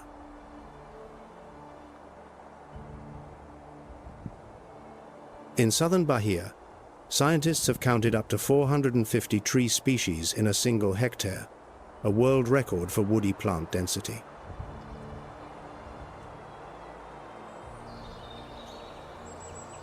One hectare of Mata Atlantica forest holds more diversity than the entire woodland area of many European nations. That biological wealth compressed into an almost inconceivably small space.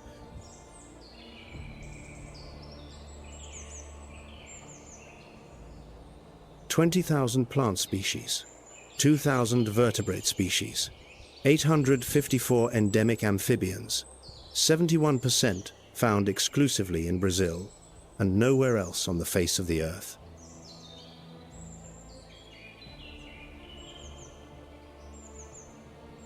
The water supply for over 70% of Brazil's population, approximately 145 million people, depends on this besieged forest.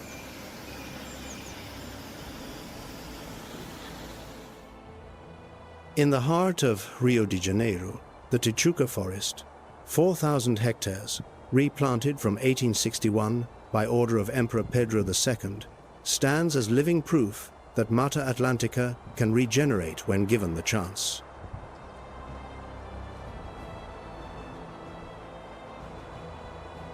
Beneath the damp canopy of Mata Atlantica, a massive creature moves in near total silence, its bulk belied by the gentleness of its tread.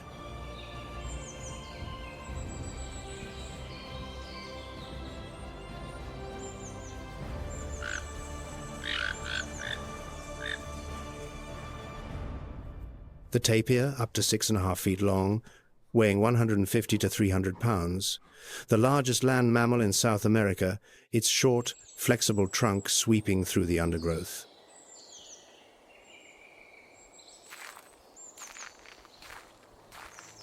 The tapir walks soundlessly beneath the canopy, feeding on fallen fruit, young leaves, and seeds. That quiet passage transforms it into the forest's unwitting gardener.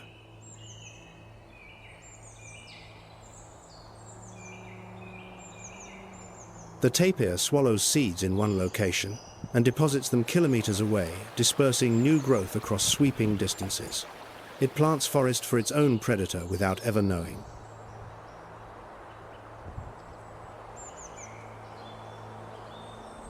That predator, the jaguar in Mata Atlantica, now teeters on the edge of extinction, its numbers dwindling with every hectare of forest lost.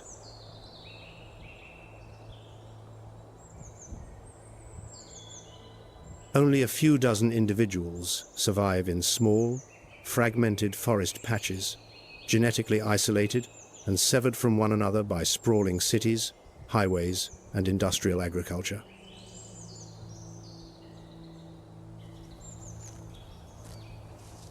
The tapir plants forest.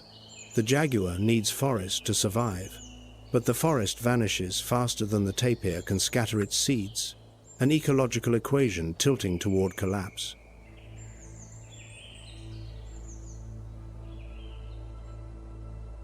Yet amid the destruction, one story has astonished the world, a tale of near-total collapse reversed by sheer human determination.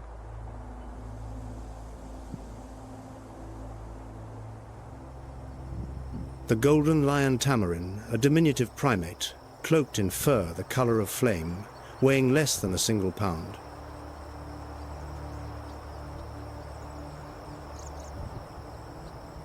In the 1970s, the wild population collapsed to roughly 200 individuals, a genetic bottleneck so narrow that extinction appeared to be merely a matter of time.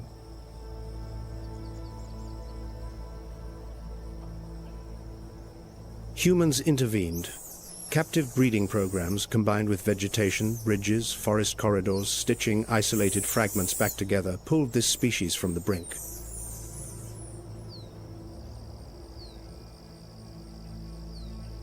Today, the golden lion tamarin population has climbed to several thousand.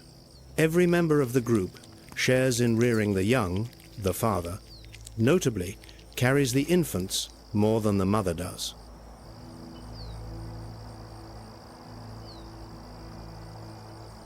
Twins are common, and the entire troop divides the responsibility of care, a cooperative social model that larger, supposedly more intelligent primates might well envy.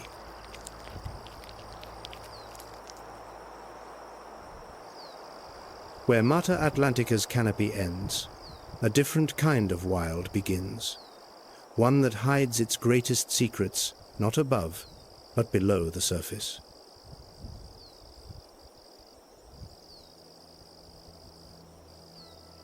Impenetrable forest yields to sweeping grassland, dotted with gnarled, twisted trees whose thick bark has evolved to withstand fire and drought.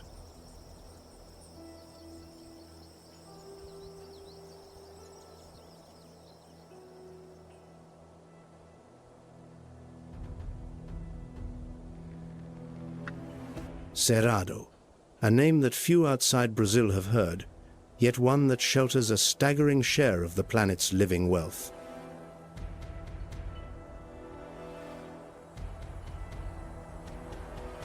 "2 million square kilometers, 22% of Brazil's territory. From above, it resembles the golden sweep of the African savanna. Beneath the surface, however, everything inverts.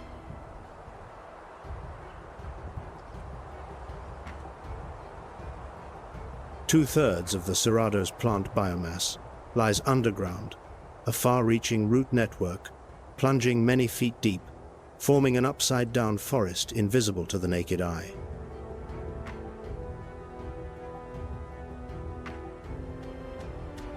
If the Amazon is the forest that can be seen from space, the Cerrado is the forest that hides beneath the surface. Most of its life waits below the soil, poised to erupt with the rains.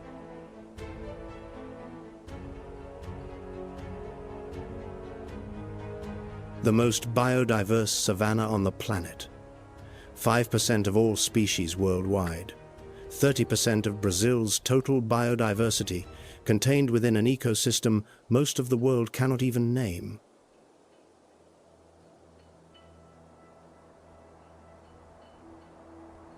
And through the Cerrado each night, a strange creature patrols its territory with long, deliberate strides through the silver-lit grass.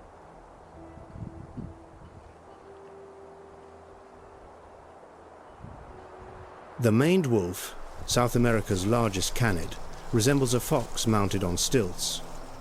Those abnormally long legs lift its gaze above the tall grass, scanning for prey and for danger.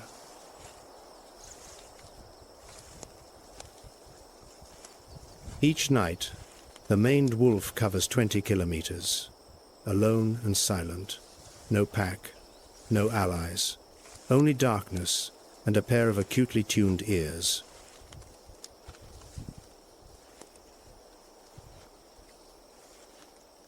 The maned wolf is the sole member of the genus Chrysocyan, sharing no close kinship with any wolf or fox, a solitary evolutionary branch adrift in the grasslands.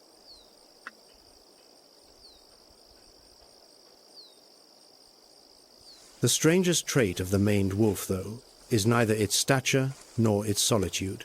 50% of its diet is fruit lobera, the so-called wolf apple, the most omnivorous canid on Earth.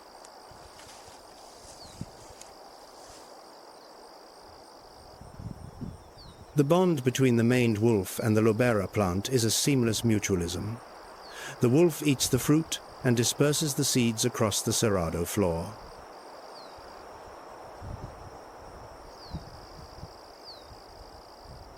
The fruit may shield the wolf from a devastating giant kidney parasite, a predator that cultivates its own medicine, a pharmacist of the grasslands.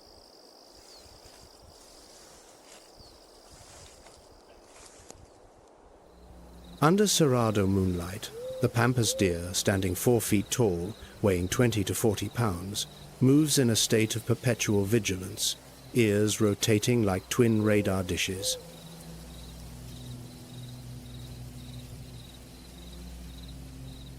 Speed is their sole defense against jaguar and maned wolf. Each step is a survival calculation. Stand still too long and die. Bolt too early and squander precious energy.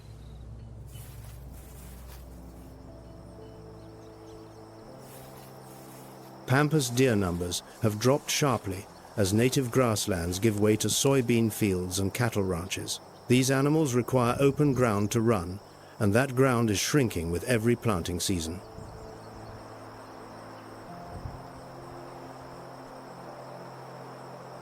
The Cerrado, however, faces devastation faster than any other biome in Brazil. Its grasslands are being consumed at a pace that outstrips even the Amazon's losses.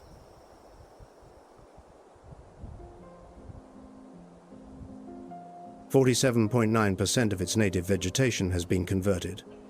Agricultural expansion has surged 533% since 1985.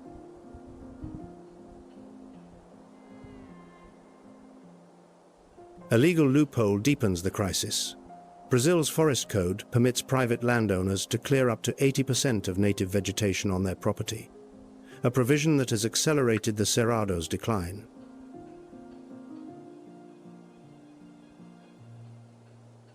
In the Amazon, that figure is only 20%. One nation, two vastly different standards of environmental protection, and the Cerrado bears the heaviest cost.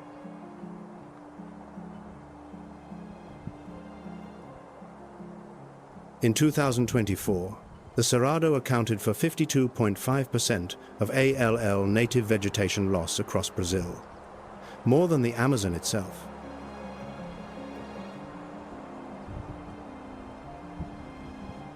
Beyond the Cerrado's grasslands, rainfall dwindles to almost nothing, and the landscape bleaches to bone white under a relentless sun.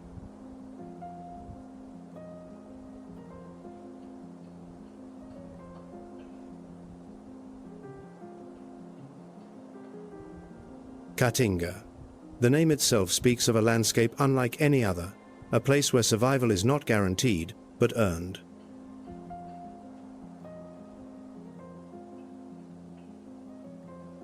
(844,000 square kilometers, 10% of Brazil's territory.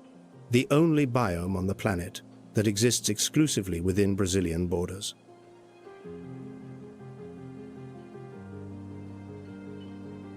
Caatinga in the Tupi-Guarani language means white forest, because in the dry season, plants shed every leaf and the trunks turn ghostly pale, conjuring an eerie landscape in broad daylight.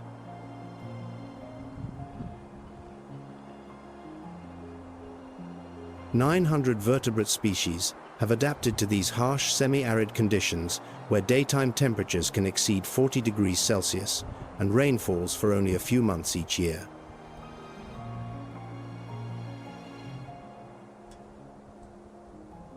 Life here is not granted by the landscape. It is wrested drop by drop from the dust, earned through adaptation. Yet one species among them nearly vanished altogether.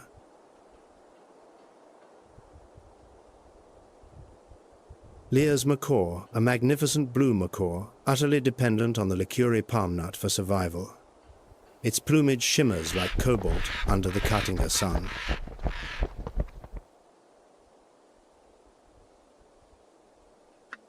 In the 1980s, only about 60 individuals remained worldwide. 60. The entire species stood at the threshold of oblivion.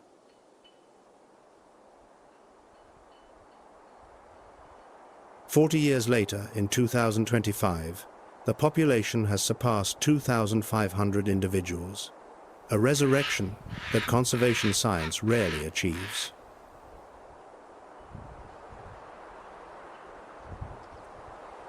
Conservation succeeded through a deceptively simple formula, compensating local farmers for crop damage and planting additional licuri palms across the arid landscape of the region.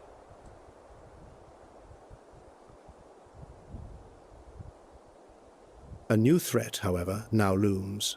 Large-scale wind farms are proliferating across Caatinga, claiming land and creating collision risks for those rare blue wings.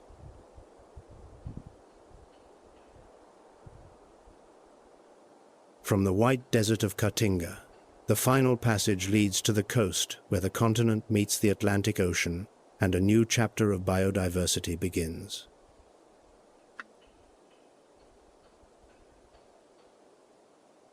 "7,400 kilometers of coastline. From northern mangrove forests to white sand beaches in the south, Brazil's marine ecosystems rival the richness found on land.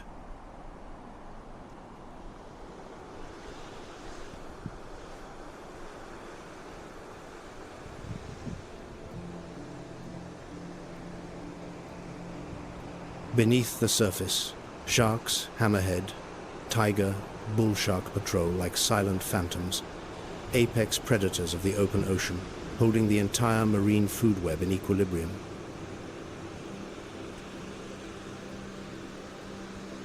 Where sharks disappear, coral reef ecosystems collapse in their wake, a cascading chain of ecological failure that scientists term trophic cascade, unraveling decades of balance in months.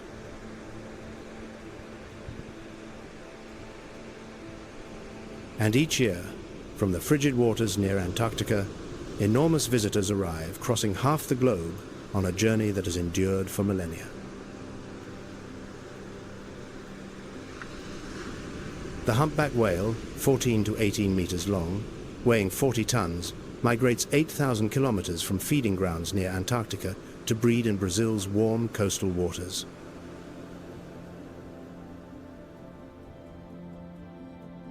8,000 kilometers, the distance from Lisbon to Tokyo, and the humpback swims that passage every year, there and back again, guided by magnetic fields and ancestral memory.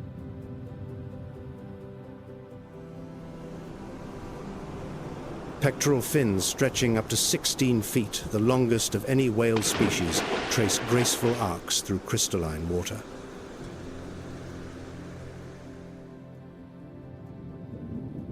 Each winter, Brazil's coastline becomes a nursery for these giants, where mothers guide newborn calves through warm, shallow waters before together turning south once more.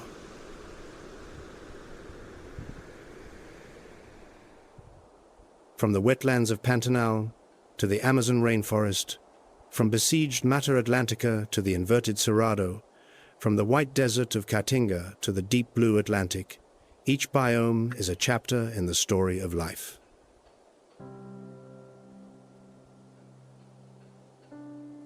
All of them now confront the same adversary, a force that respects no border and spares no habitat. 2024 was the hottest year in recorded history since measurements began in 1850.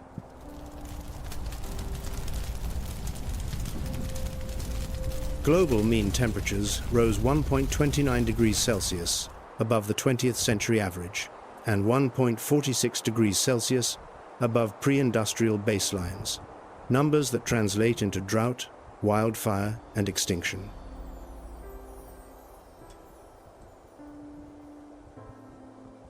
Southeastern Amazon has turned from carbon sink into carbon source.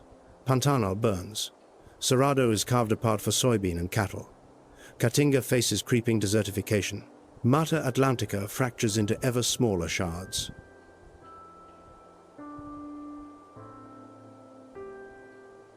Every predator encountered across this land, jaguar, green anaconda, maned wolf, shark faces a common enemy that cannot be ambushed, cannot be outrun, and cannot be outlasted.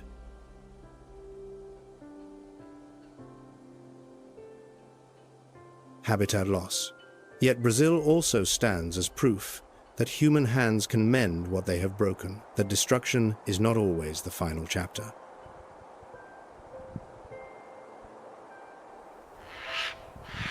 Lear's macaw, from 60 individuals to more than 2,500.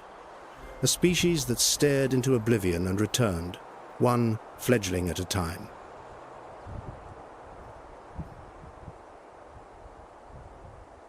The golden lion tamarin, From 200 to several thousand, every infant born carries upon its shoulders 40 years of human effort.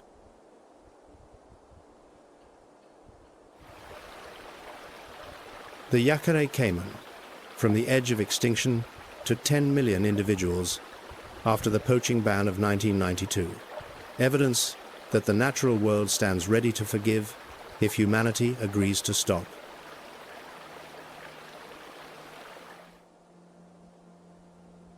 The Jaguar Corridor Initiative, a transnational rewilding effort spanning Brazil, Argentina, Bolivia, and Paraguay, is stitching severed forest fragments back together, restoring ancient migration routes.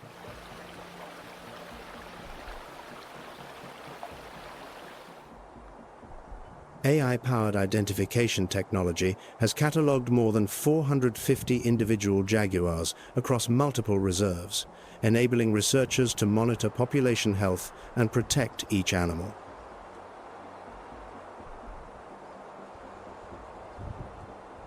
No two jaguars wear the same coat. Each rosette pattern is singular, and AI can now identify every individual from a single camera trap photograph.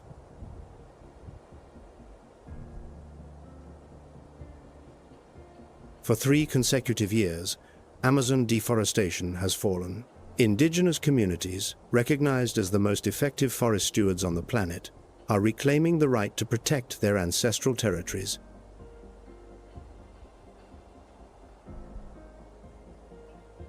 The solutions are no secret. Halt illegal deforestation, restore degraded land, enforce existing protections, and above all, respect the territories of communities that have safeguarded these forests for thousands of years.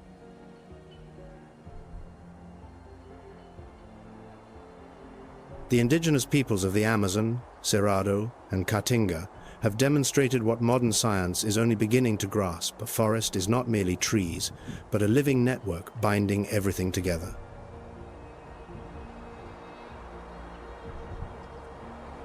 Wild Brazil serves as a reminder that nature is not an inexhaustible resource, but a living system that breathes, that responds, that remembers.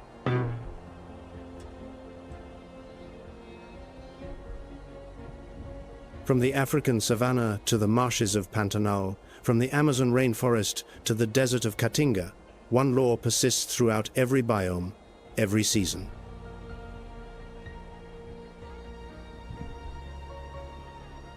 Life endures through equilibrium, a calibration refined across geological time.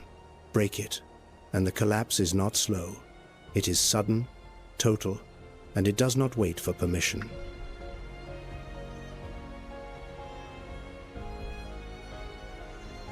The lion knows when to retreat. The jaguar knows when to wait. The question remains whether humankind possesses the wisdom to learn the same lesson.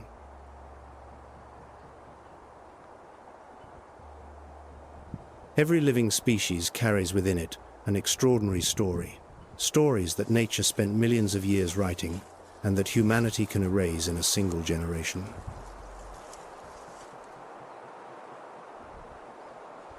Thank you for joining us on WildVerse. The natural world still holds countless stories waiting to be told. If you haven't subscribed yet, now is the perfect time. We'll see you on the next journey.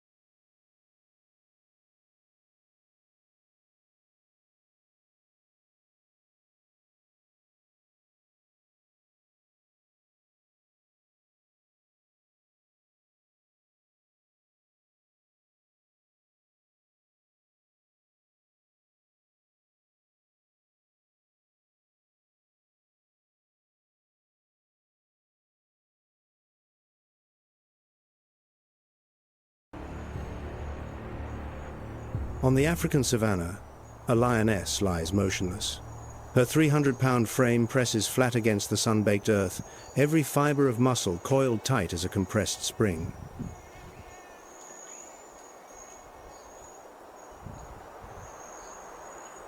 She has not eaten in 4 days.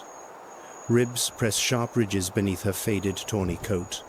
Her eyes, twin ambers, cold and unblinking, never leave the target ahead.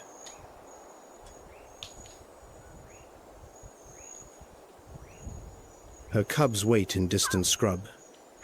Each one barely 3 months old. Today she must bring back food, or they will not survive the week.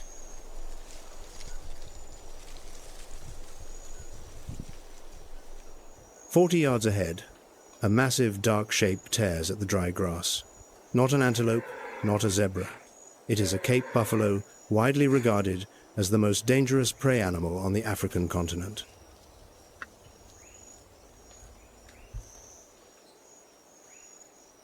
Each adult Cape buffalo tips the scales at close to 2,000 pounds. Horns curved like forged steel scythes carry enough force to hurl a full-grown lion skyward.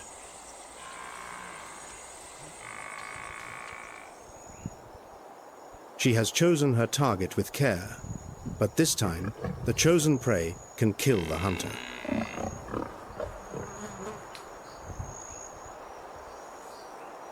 "130 feet. Too far. A lioness must close within 100 feet before she strikes.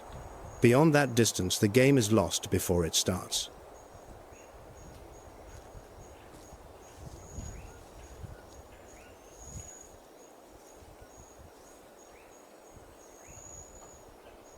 "115 feet. The wind shifts. Dry grass mingles with the scent of buffalo dung. If the breeze reverses, her scent will betray everything.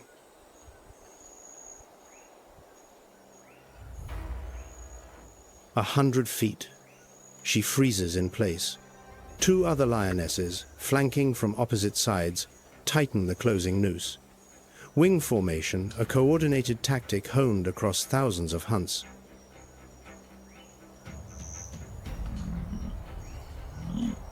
One second of stillness. Then she launches.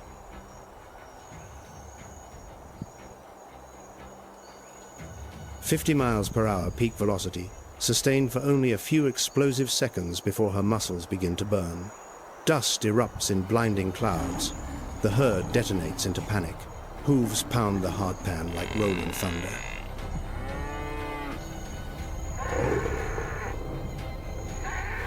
But the lead bull does not flee.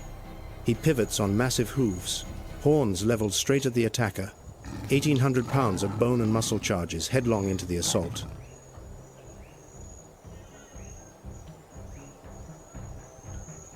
The lioness swerves a half-beat too slow.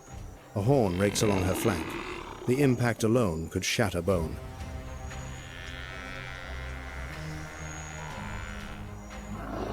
Seven of every 10 hunts end precisely this way. In failure, in hunger, in blood and wounds. The buffalo survives. The lioness may not.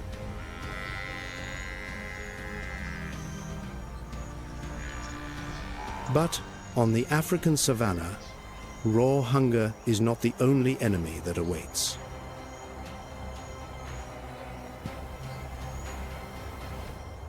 From the east, a chorus of whooping calls slices through the twilight air. Not one voice. 6, 7, perhaps 8 low-slung shadowy figures advance with deliberate purpose.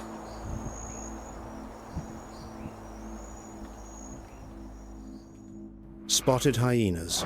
Their massive jaws generate a crushing bite force of 1,100 psi, hundreds of pounds stronger than any lion's bite.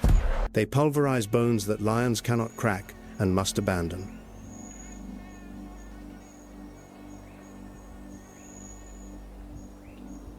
This is no fleeting skirmish over a single carcass. This is a war that has raged for 2 million years across the grasslands of Africa, and neither side has ever claimed absolute victory.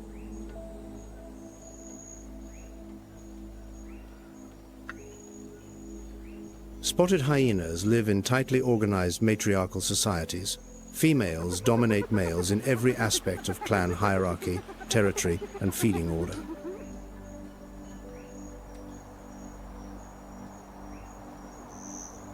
They communicate through more than 11 distinct vocalizations, ranging from deep, guttural moans to shrill, piercing laughter that echoes for miles across the open plains.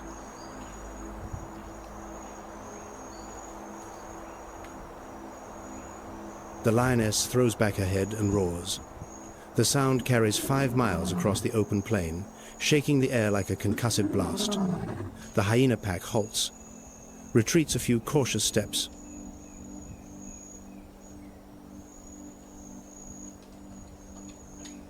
But they do not leave, they simply wait.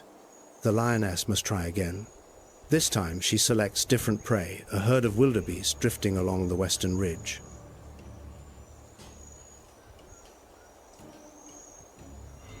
Smaller than Cape buffalo, considerably faster, 50 miles per hour matching a lion stride for stride, but without the curved steel horns and the dangerous instinct to turn and fight.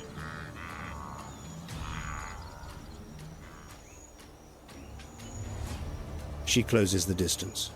The wing formation draws tighter. One young wildebeest drifts half a beat behind the rest of the herd, slower by a fraction. A fatal mistake.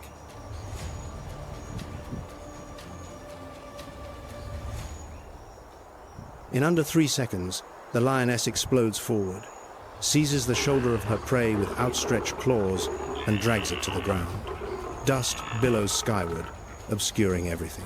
When it settles, the struggle is over.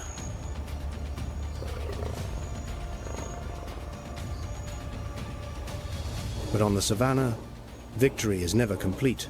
The whooping calls return. The hyenas circle back, more of them now. They have not come to fight. They have come to steal.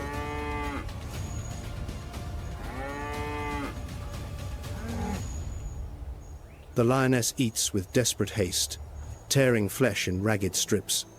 Her eyes never leave the surrounding darkness where luminous green eyes watch intently, counting every mouthful that disappears.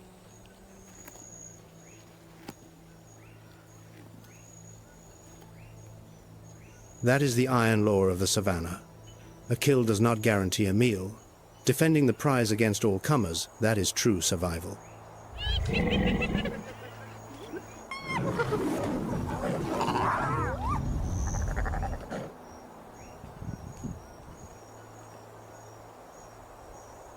On the open plains of East Africa, raw muscle and iron patience alone determine who lives and who perishes before nightfall.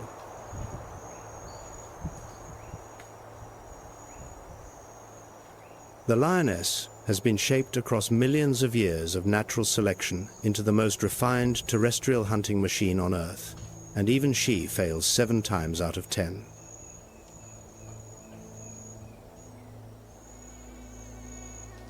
But terrestrial power, no matter how refined or how lethal, has its limits.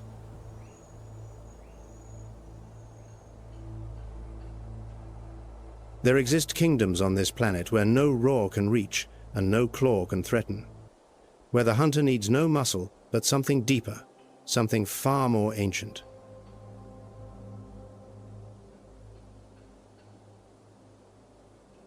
"63 million square miles of surface, 25,000 islands scattered across the blue, one ocean, a realm where even a killing machine, 400 million years in the making, must flee from a mind sharper than its own.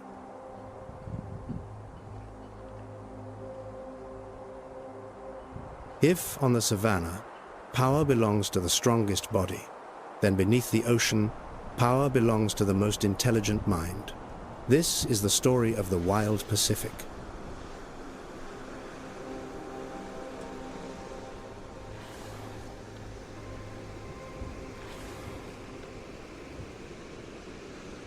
The Pacific Ocean, the single largest body of water on Earth, stretches from the frozen Arctic to the windswept Antarctic, covering nearly 1/3 of the planet's entire surface.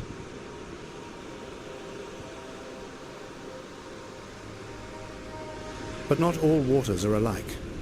Some regions are liquid desert devoid of life, devoid of sound, devoid of hope.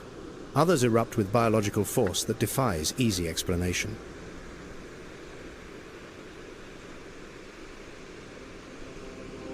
The coast of Japan is one of the most biologically dynamic places on the planet.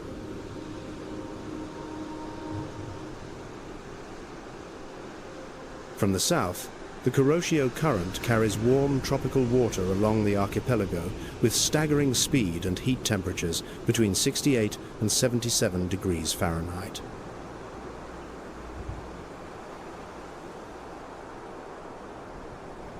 From the north, the frigid, mineral-rich Oyashio Current descends from the Bering Sea and the Sea of Okhotsk, carrying water at a mere 37 to 46 degrees Fahrenheit.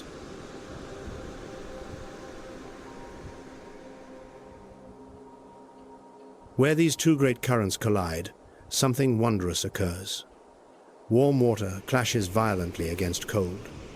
Nutrients locked in the deep are thrust upward toward the sunlit surface.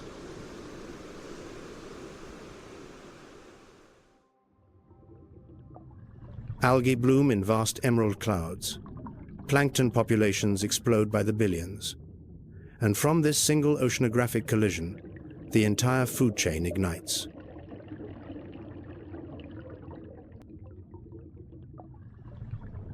The Kuroshio-Oyashio convergence zone, where biological productivity runs 2 to 5 times higher than surrounding waters, stands as one of Earth's greatest oceanographic phenomena.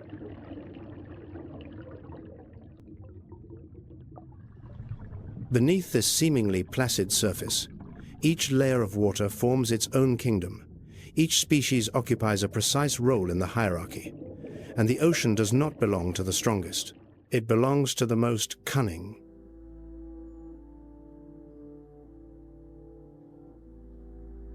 But to understand who truly commands the apex of the ocean's hierarchy, one must first descend to the lowest tier, where the smallest creatures guard the greatest secrets.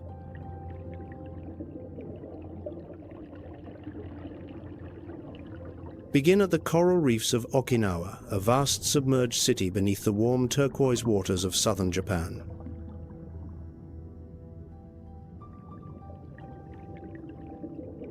Here, a creature smaller than a human finger holds the key to one of the most spectacular transformations in the entire natural world.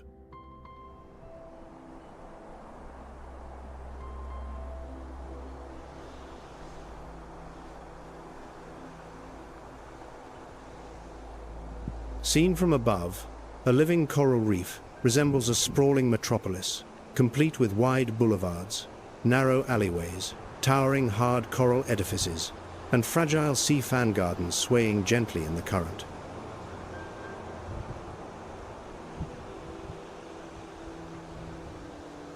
Okinawa harbors roughly 400 coral species, a level of diversity that ranks among the highest anywhere on Earth. The Sekisei Lagoon, stretching between Iriomote and Ishigaki, is the largest coral reef system in all of Japan.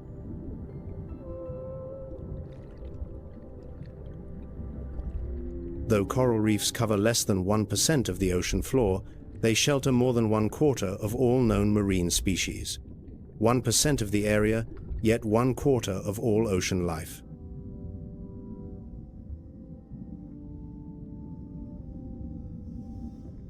No structure built by human hands has ever achieved such an arresting ratio.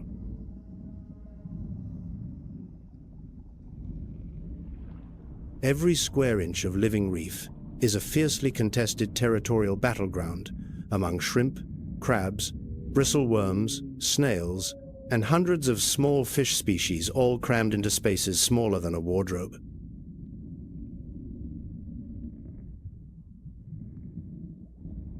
And amid this densely populated coral metropolis, one tiny resident glides effortlessly through the lethal tentacles of a sea anemone entirely unharmed.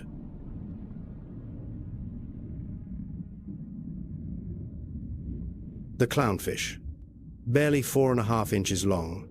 Its bright orange and white colors blaze so vividly they border on deliberate provocation.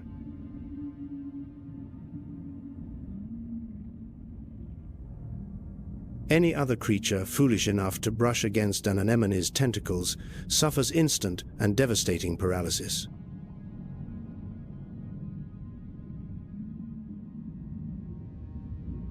Thousands of stinging cells called nematocysts fire venom faster than a bullet. Yet the clownfish swims through them as though passing through its own front door. Because that is precisely what it is.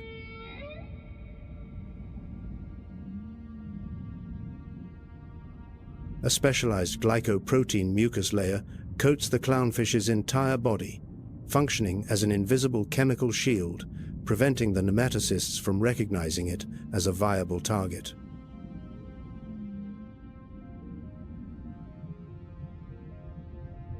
Groundbreaking research from the Okinawa Institute of Science in 2025 revealed that the key mechanism lies in extremely low sialic acid levels within the mucus, rendering the clownfish invisible to the venom.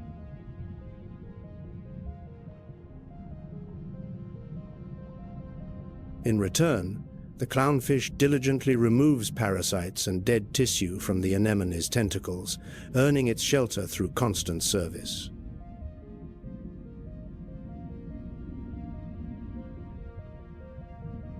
Studies show that the presence of a clownfish accelerates anemone growth by 3 times thanks to constant fin movement, improving oxygen flow around the host.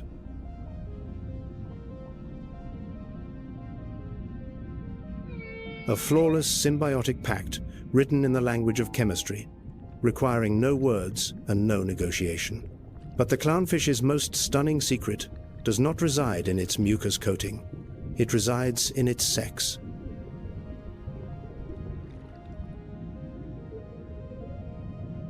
Each clownfish community follows a rigid social hierarchy. A single female, the largest individual, rules. One breeding male ranks directly beneath her.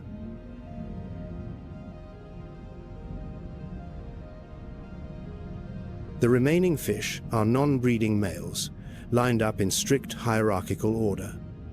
Every single clownfish is born male, no exceptions.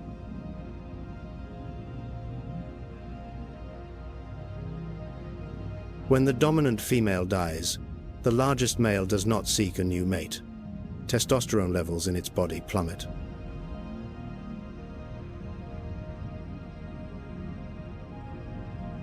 Estrogen surges through its bloodstream.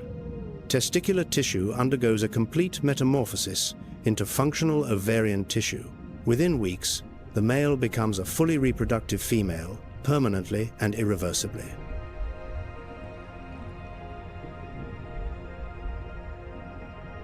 Science calls this protandrous hermaphroditism, a clinical term that barely captures the grandeur of one of nature's most spectacular biological metamorphoses.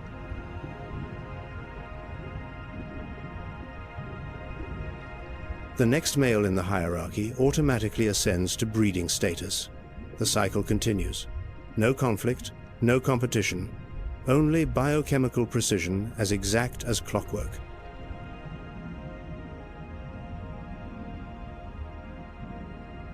A creature smaller than a finger, living in the deadly embrace of a killer, possesses the extraordinary ability to rewrite its own biological design.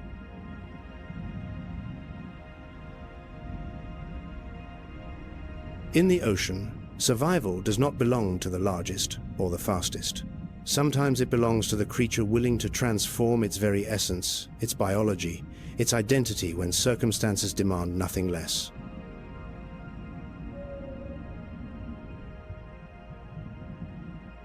The clownfish understood this truth long before Darwin ever wrote his first line. But the lowest tier of the ocean is not safe. Nowhere in the ocean is ever safe.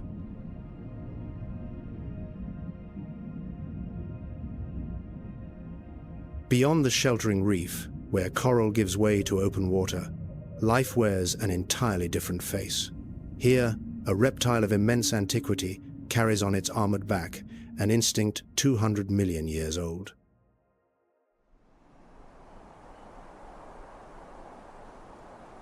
A beach in southern Japan. Deep darkness. A massive dark form crawls slowly and heavily from the surf.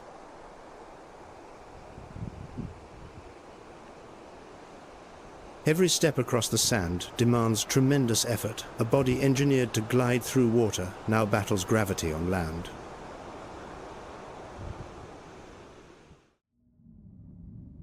The loggerhead sea turtle, Caretta caretta, a reptile that has navigated these waters since the age of dinosaurs.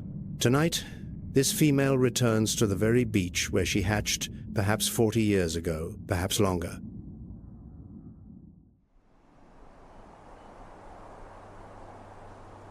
Yakushima Island, Japan's largest and most vital loggerhead nesting ground, receives between 2,000 and 7,000 nests each breeding season.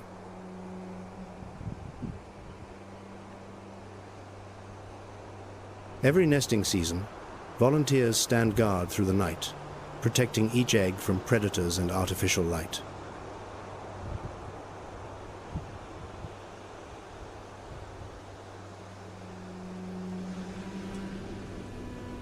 The mother excavates her nest slowly with both hind flippers like two patient spoons. She lays her eggs, covers them with sand, erases her tracks, and returns to the sea without looking back.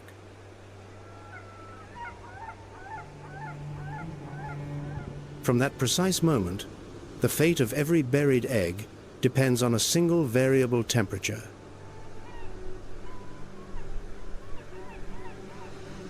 "45 to 70 days later, the sand begins to stir with movement from below. Dozens of hatchlings, each no larger than a human palm, claw their way upward and emerge from the nest.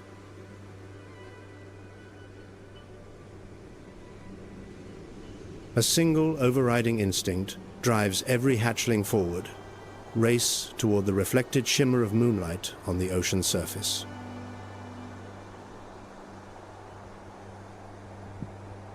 They scramble toward the water, if one can call the desperate flailing of a tiny, fragile body across open sand scrambling.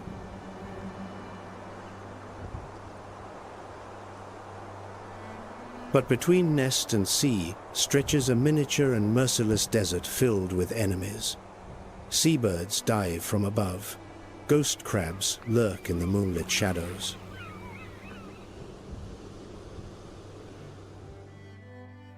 The distance from nest to water may be only 100 feet, but for a hatchling weighing less than an ounce, those 100 feet become a marathon between life and death.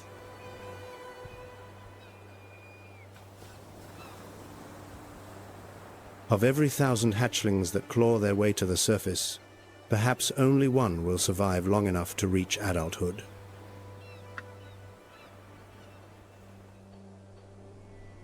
The fortunate few will embark on one of nature's epic migrations, crossing the entire Pacific on a round-trip journey of 7,500 miles to the distant shores of Baja California. That is the law of the ocean.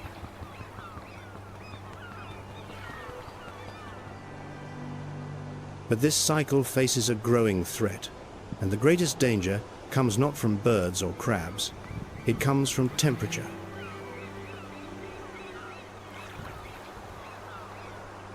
Sea turtles determine sex through incubation temperature. Warmer sands produce females, cooler sands produce males. The pivotal threshold sits at roughly 84 degrees Fahrenheit.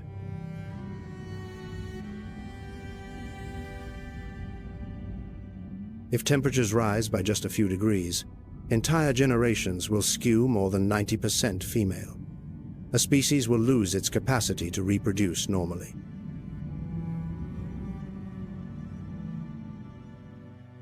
The equation is terrifying precisely because it is so simple.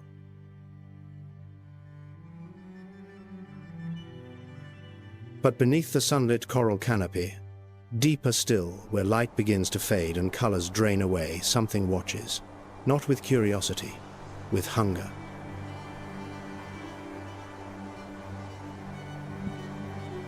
And even the most finely tuned predator harbors a fear of its own. That fear will surface, but not yet.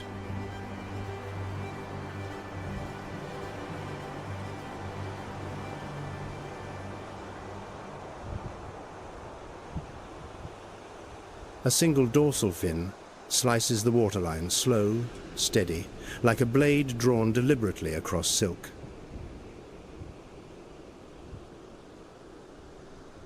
"20 feet long, over 2 tons, more than 50 triangular teeth stacked in rotating rows when one falls. Another slides forward to replace it. A conveyor belt of weaponry, that never stops.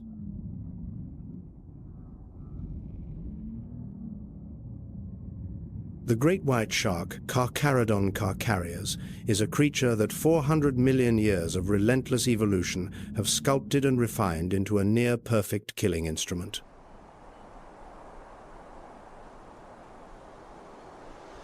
"400 million years before the first dinosaurs appeared, before trees had even colonized the barren land, the ancestors of modern sharks already prowled the dark primordial oceans.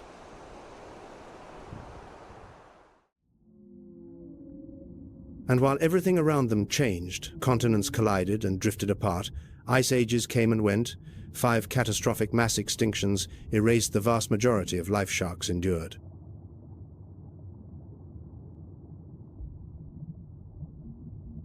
The great white itself is only about 16 million years old, but its lineage is the legacy of 400 million years of natural selection.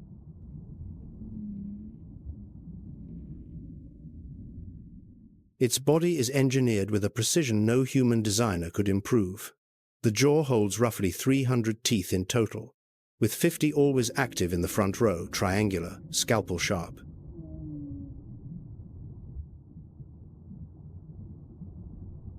Over the course of a lifetime, a single great white may cycle through thousands upon thousands of teeth, but what makes this species truly fearsome extends far beyond weaponry alone.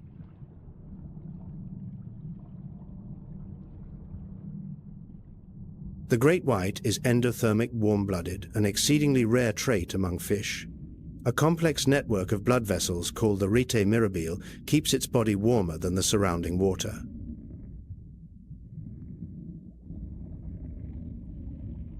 Muscles fire harder and with greater endurance. Reflexes sharpen to a predatory edge. The brain processes sensory information faster than any cold-blooded rival.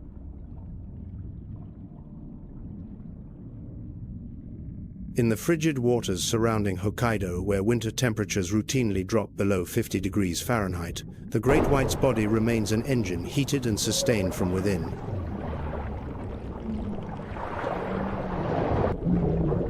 The electroreceptor system on its snout, called the ampullae of Lorenzini, detects electric fields as faint as 5 billionths of a volt per centimeter, sensitive enough to read the heartbeat of prey buried beneath sand.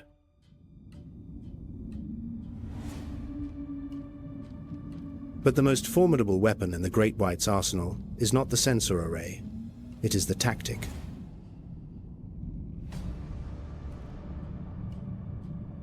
The breach, the single most spectacular hunting technique in the entire ocean. The shark descends deep beneath its unsuspecting prey, usually a seal swimming at the surface. Then it looks up. The prey appears as a dark silhouette against a bright sky. From below, the seal is nothing but a shadow on shimmering water, a perfect target, nowhere to hide.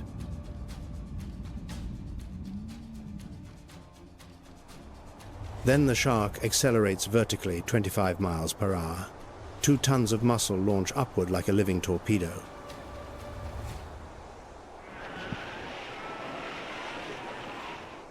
The seal never sees the shadow rising beneath it, never has time to react. Jaws slam shut. Gravity seizes both bodies and pulls them back into the deep.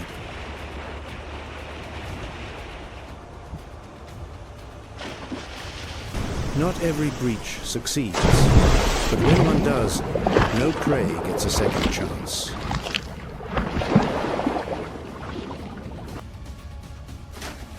A great white's natural lifespan can exceed 70 years, spanning longer than most chapters of recorded human history.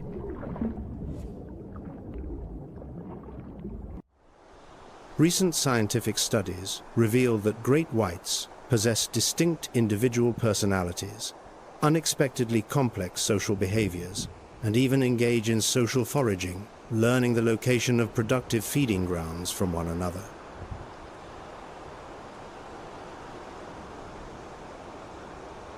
If an engineer were tasked with designing the perfect underwater killing machine, optimal hydrodynamics,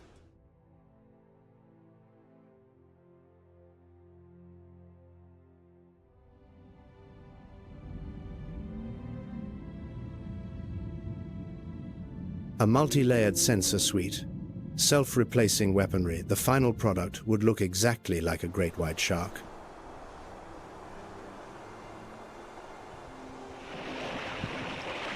But not every ocean predator chooses to single out one target at a time.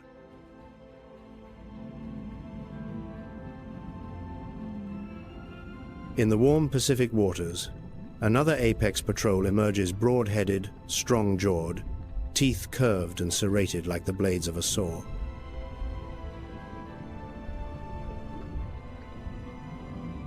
The tiger shark. 16 feet of raw power and length. The predator with the widest dietary menu in the entire shark world.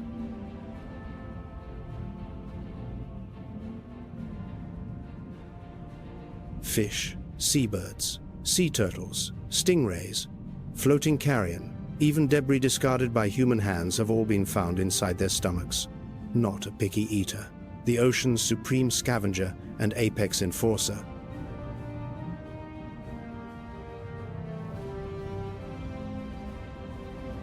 The tiger shark's constant presence creates a pervasive landscape of fear, preventing sea turtles and mugongs from overgrazing vulnerable seagrass beds, thereby shielding entire coastal ecosystems.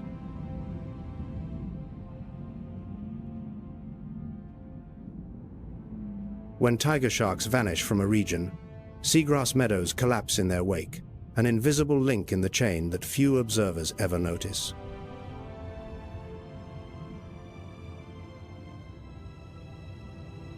But even a predator refined across 400 million years harbors something to fear. And that something does not dwell in the midwater. It lives far deeper, then rises to the surface.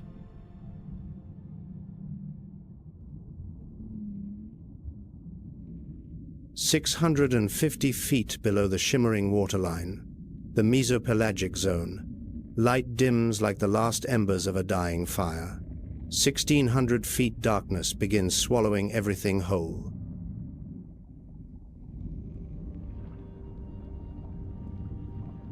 "3,280 feet, the abyssal zone. Light vanishes completely, as though it never existed. Temperature hovers near freezing. Pressure builds to levels that would crush a conventional submarine like tinfoil.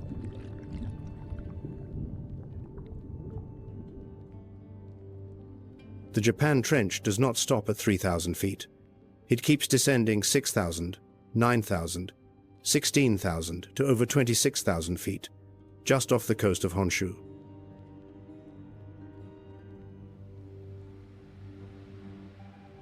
A fracture in the Earth's crust, so deep that if Mount Fuji were placed inside, its summit would still rest thousands of feet beneath the surface.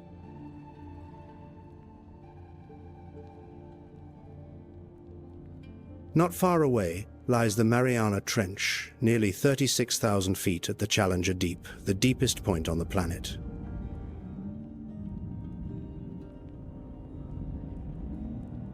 At these depths, darkness is not merely the absence of light. It is a physical presence, dense, heavy, absolute. No eye can see.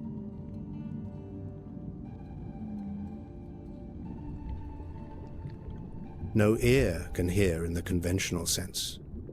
Yet, the abyss is far from empty. It has a master.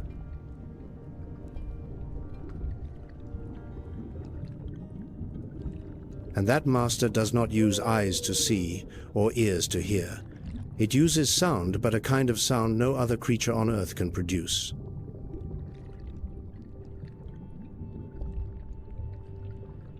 "236 decibels, the loudest sound generated by any living organism on the face of this planet.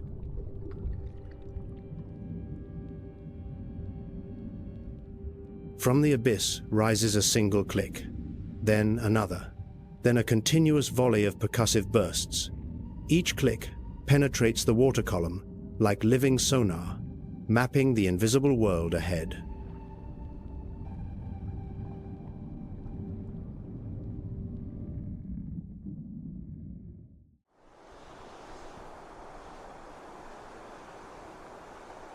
Longer than a city bus, heavier than 45 tons, The head alone occupies a full 1/3 of the body's total length, the largest toothed animal that has ever existed on this planet.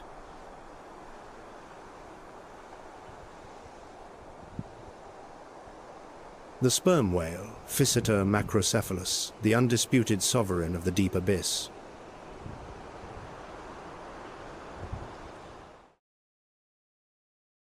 Inside that cavernous head sits the spermaceti organ, a biological reservoir holding tons of waxy oil unique among all living creatures.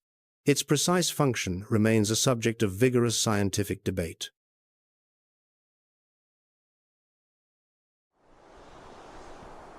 But one thing researchers know with certainty, it is the source of the most powerful sound ever produced by a living creature.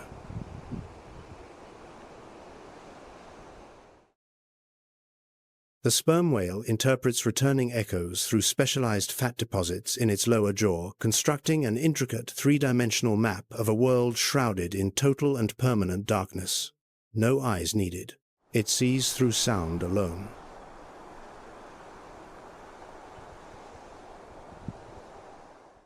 And the sperm whale's quarry at these crushing depths is the elusive giant squid.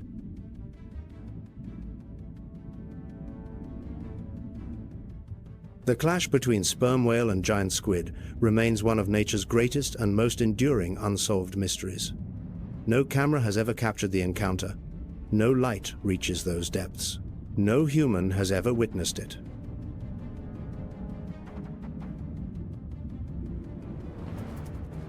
Only evidence remains circular scars, the unmistakable imprint of sucker discs, etched deep into whale skin like medals earned in battle. Some scars span several inches across, proof that the adversary is no small opponent.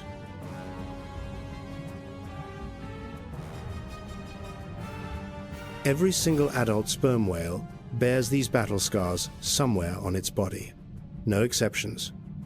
At invisible depths, titanic battles unfold in absolute and total silence.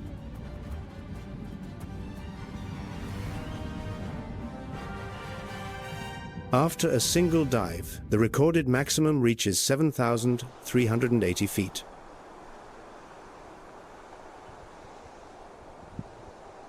A sperm whale may rest at the surface for hours afterward, breathing deeply, recovering its depleted oxygen stores, and gazing at the open sky through eyes that seem impossibly small for such an immense body.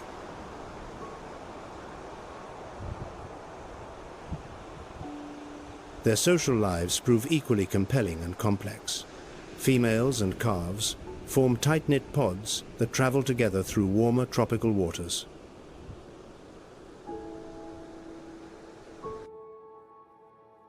They defend one another with coordinated formations, nurse each other's young, and communicate through intricate click sequences that scientists have come to call codas.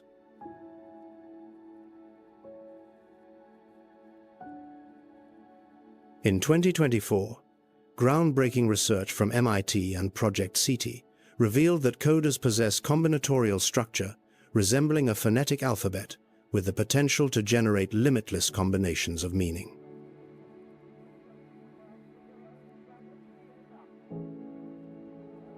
A communication system bearing structural properties that are strikingly close to those of human language.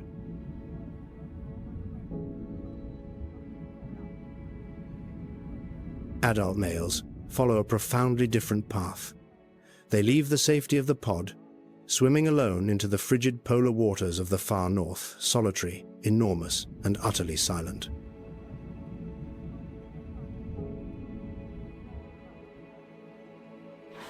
The sperm whale commands formidable physical power, unlike any other toothed predator, but it also carries a burden of profound solitude.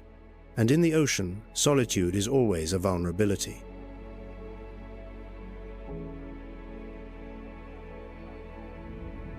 Because true dominion in the ocean does not belong to the strongest. It belongs to the most intelligent, and the most intelligent never hunts alone.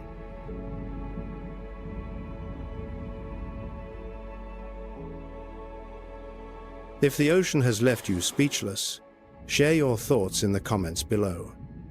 And if you have not yet subscribed, now is the perfect time.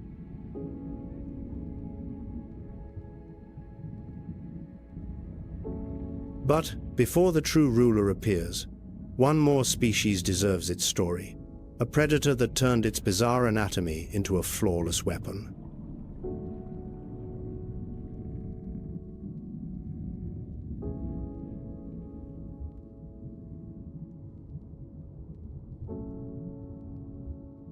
In the warm western Pacific, where coral reefs slope into submerged ridges and drop-offs, a strange silhouette emerges from the blue.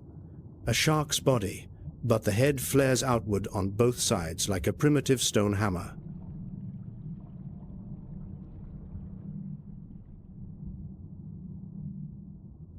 The hammerhead shark family, Sphinidae.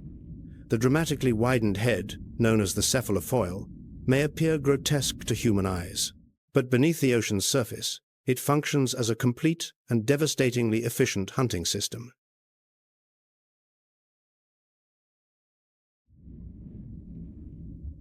Eyes positioned at each tip grant a vastly expanded field of vision. The head's surface bristles with hundreds of electroreceptors, the ampullae of Lorenzini.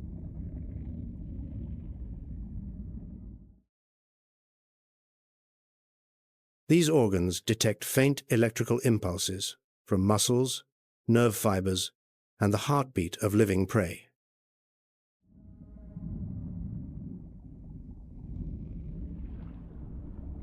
Beneath fine sand, a stingray lies nearly motionless, its flattened body dusted with pale sediment, skin tone blending with the surrounding seabed, rendering it virtually invisible. But the hammerhead does not hunt by sight alone.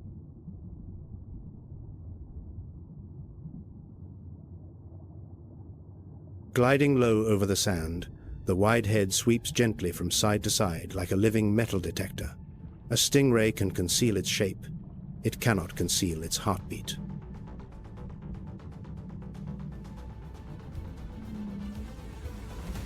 At Yonaguni Island, the westernmost inhabited point of the entire Japanese archipelago, hammerhead sharks congregate in vast schools of 50 to over 200 individuals around underwater cleaning stations.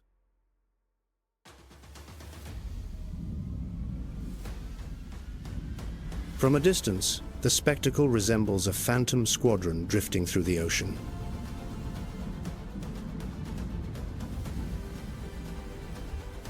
But the hammerhead's tragedy lies in a cruel and bitter irony.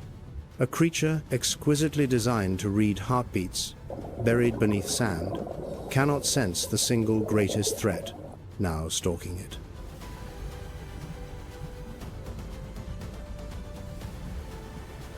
Fishing nets carry no heartbeat for the sensors to detect.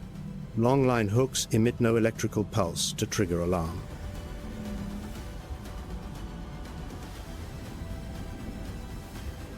The scalloped hammerhead critically endangered, according to the IUCN Red List.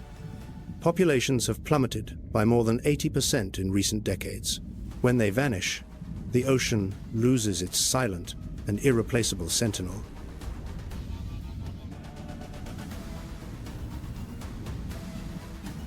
And the ocean's most intelligent and most feared predator, the one that makes every other creature in the sea tremble, draws closer now.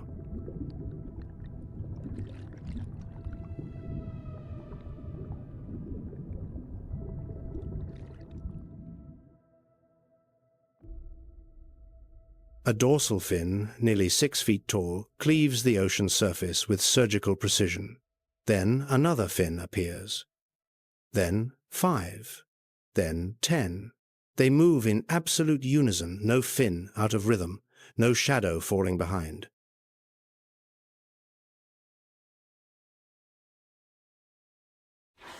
The orca, or Chinese orca.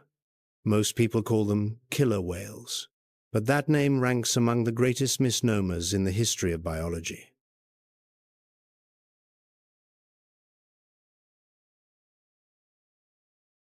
Orcas are not whales at all.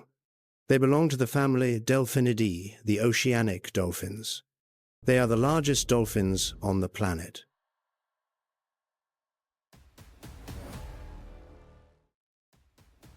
Adult males can reach 32 feet in length, weigh up to an imposing 8 tons, and achieve explosive burst speeds of 34.5 miles per hour, outpacing any shark species alive.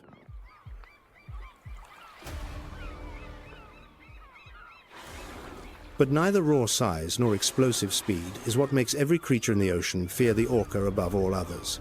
It is the brain.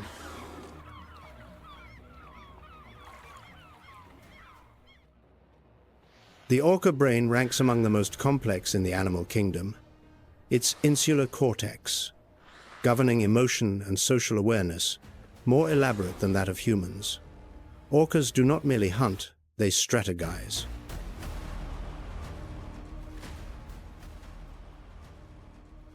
In the cold Norwegian fjords, orcas hunt Atlantic herring using a coordinated technique known as carousel feeding. The entire pod encircles the herring school, compressing thousands of fish into a single tight bait ball.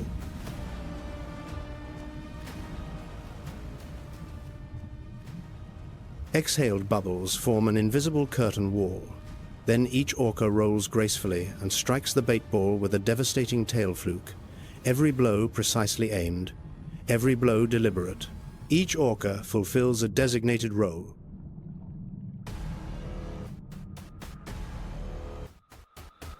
In Antarctic waters, the strategy transforms entirely. Wave-washing, perfectly synchronized swimming that generates powerful artificial waves, sweeping unsuspecting seals clean off their ice floes.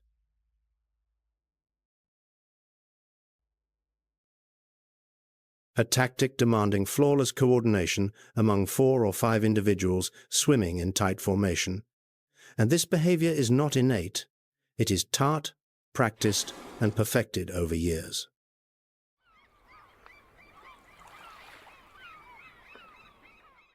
Mothers teach their calves through patient demonstration. Grandmothers teach their grandcalves. Each pod, the fundamental orca family unit, possesses its own hunting techniques, its own vocal dialect, its own dietary traditions.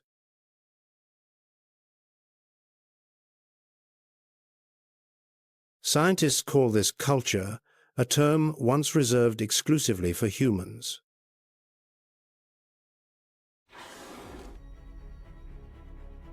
In the northwestern Pacific Basin, at least 2 to 3 distinct orca ecotypes coexist. Residents specializing in salmon and other fish, transients specializing in hunting marine mammals, and the lesser-studied offshore population.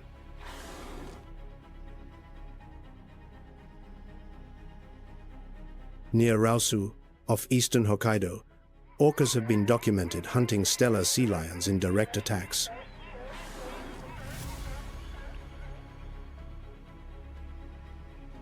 But the moment that rewrote every rule in the ocean occurred elsewhere off the coast of South Africa.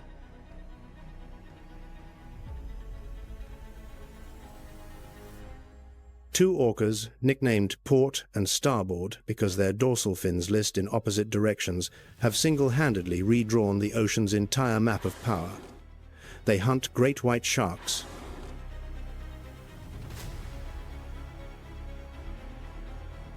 Not by accident, not in self-defense, with a single purpose: to harvest the liver.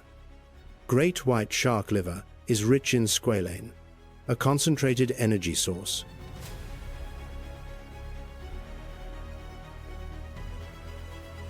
Port and Starboard dissect their shark prey with surgical precision, flipping the great white belly up to trigger a state of tonic immobility, then extracting the nutrient-dense liver intact. The rest of the carcass is discarded.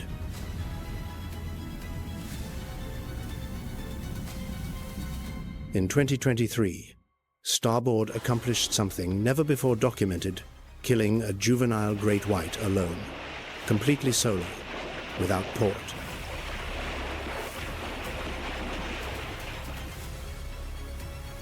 When orcas appear in a stretch of ocean, great white sharks vanish, not for hours, not for days, but for months.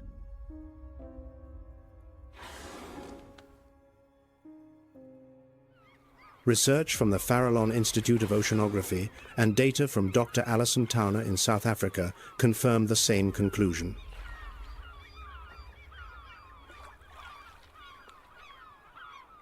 400 million years of painstaking evolution, a body perfected down to each serrated tooth, a sensory system that surpasses all modern human technology, and every advantage must yield before a few million years of brain development.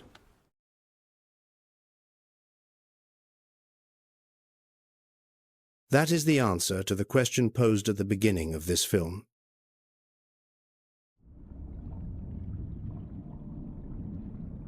The ocean does not belong to the strongest. It belongs to the most intelligent, and the most intelligent never hunts alone.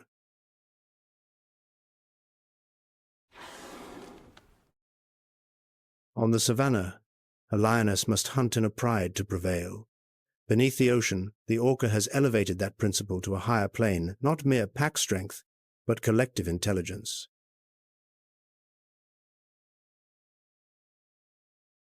But even the most intelligent remains fragile.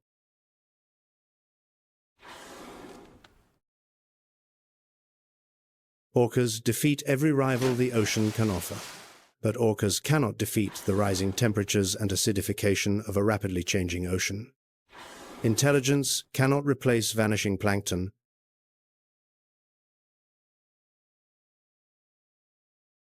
Culture cannot regenerate dying coral. The most complex brain in the entire ocean still depends upon a vast, interconnected web of life that it did not weave and cannot repair.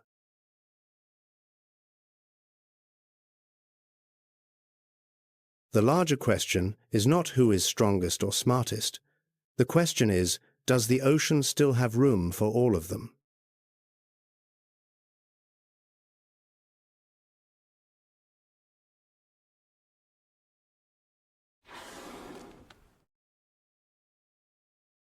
There is one creature in the ocean whose every appearance seems to slow time itself.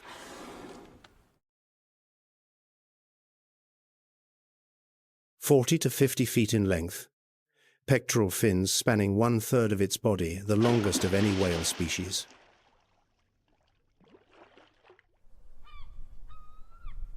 When it launches from the water, dozens of tons soaring skyward before crashing back in a white column of spray, no one knows with certainty why.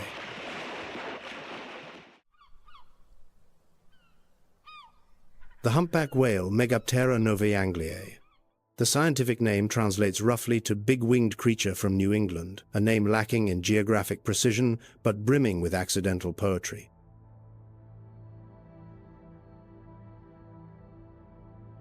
Each year, humpback whales migrate from the waters off Alaska and Russia to Japan's Ogasawara Islands, a one-way journey of 5,000 miles.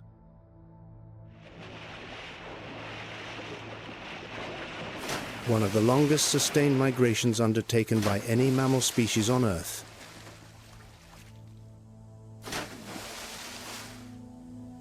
In northern feeding grounds, they coordinate hunts through bubble net feeding.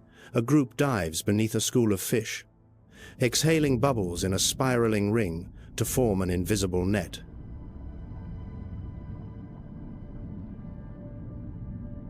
Fish are corralled inside the bubble column. Then the entire group surges upward in unison. Mouths agape, thousands of gallons of water streaming through baleen plates, trapping the catch.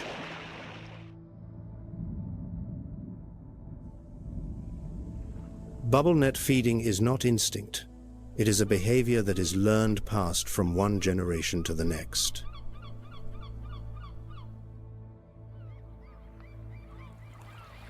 Not all humpback populations know this technique. Only those with the tradition can execute it.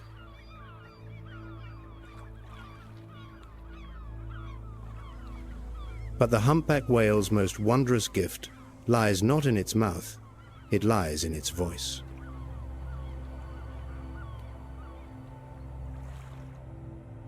Males sing. Each song stretches across 20 minutes or more, then repeats cycling for hours without pause. Every composition weaves together a complex sequence: low moans, high-pitched shrieks, percussive rhythms, and whistled phrases.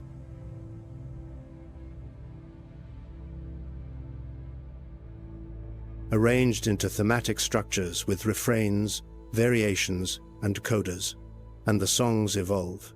Each breeding season, new phrases are woven into the composition.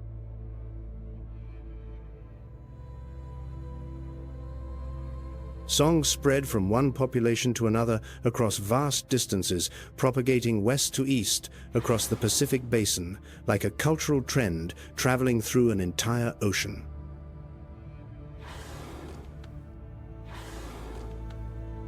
Scientists call this the song revolution, when an entire old song is replaced by a completely new melody originating from a neighboring population.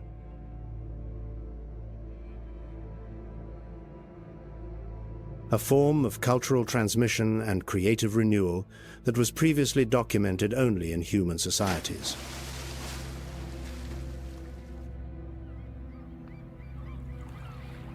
But the humpback whale's most inspiring story is not one of song. It is a story of resurrection against overwhelming odds. Roughly 10,000 individuals survived the industrial whaling era.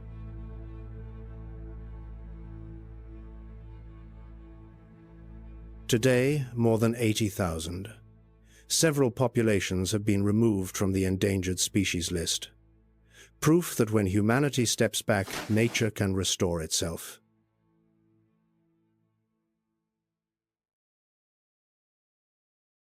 But not every species has been so fortunate. Okinawa's corals, 400 species, among the most diverse on Earth, are dying.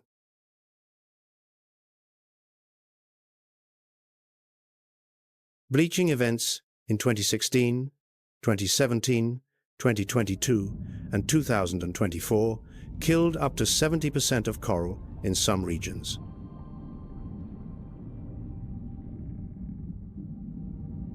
When coral dies, the clownfish loses its home. Without anemones, without glycoprotein, no metamorphosis can offer salvation.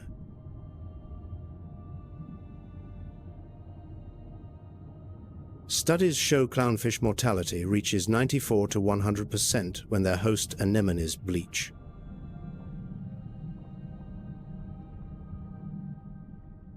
When coral reefs degrade, sea turtles lose nesting grounds, plankton declines, and small fish disappear.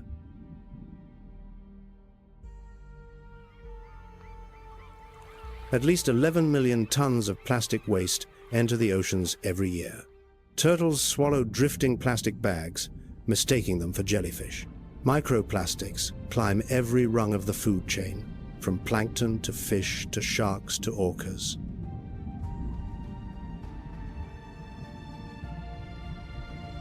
"38% of all shark and ray species face the threat of extinction. The scalloped hammerhead, critically endangered. The whale shark endangered. The ocean sunfish vulnerable."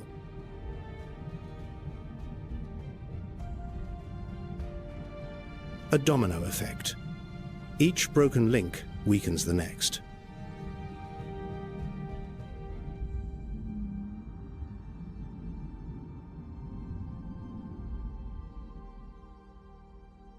The whale shark, the single largest fish species on the planet, glides through the warm Pacific with unhurried grace, 60 feet in length, 40 tons of living weight.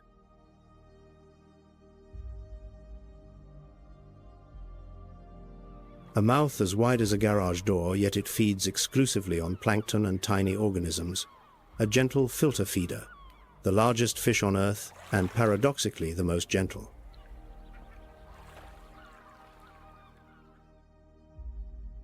Each individual carries a unique constellation of white spots as distinctive as a human fingerprint. The Wild Book Conservation Program has identified more than 12,000 individual whale sharks through these natural markings.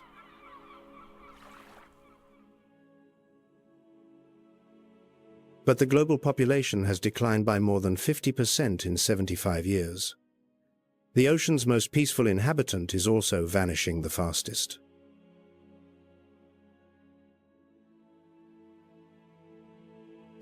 Yet amid all this profound loss, hope endures and even flourishes.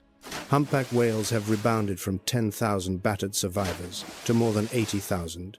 Japan has expanded its network of marine protected areas.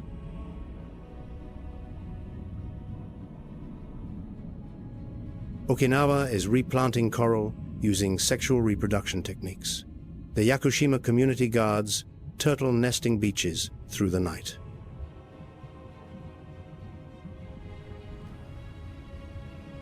The ocean is sending signals. The question is whether humanity will listen.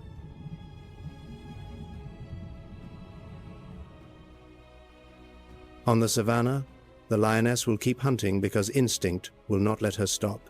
Beneath the ocean, orcas will keep hunting because inherited intelligence will not let them forget.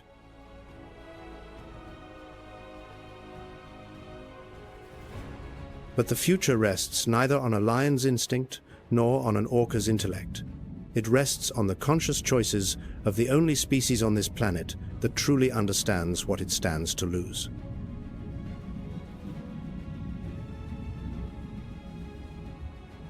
In the deep trenches of the Pacific, the humpback whale's song still resonates. On the distant savanna, the lion's roar still rumbles.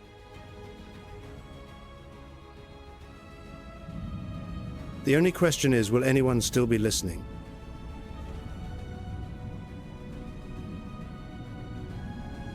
Thank you for joining WildVerse on this journey. If this story moved, you share it. Subscribe to the channel so you never miss the next expedition.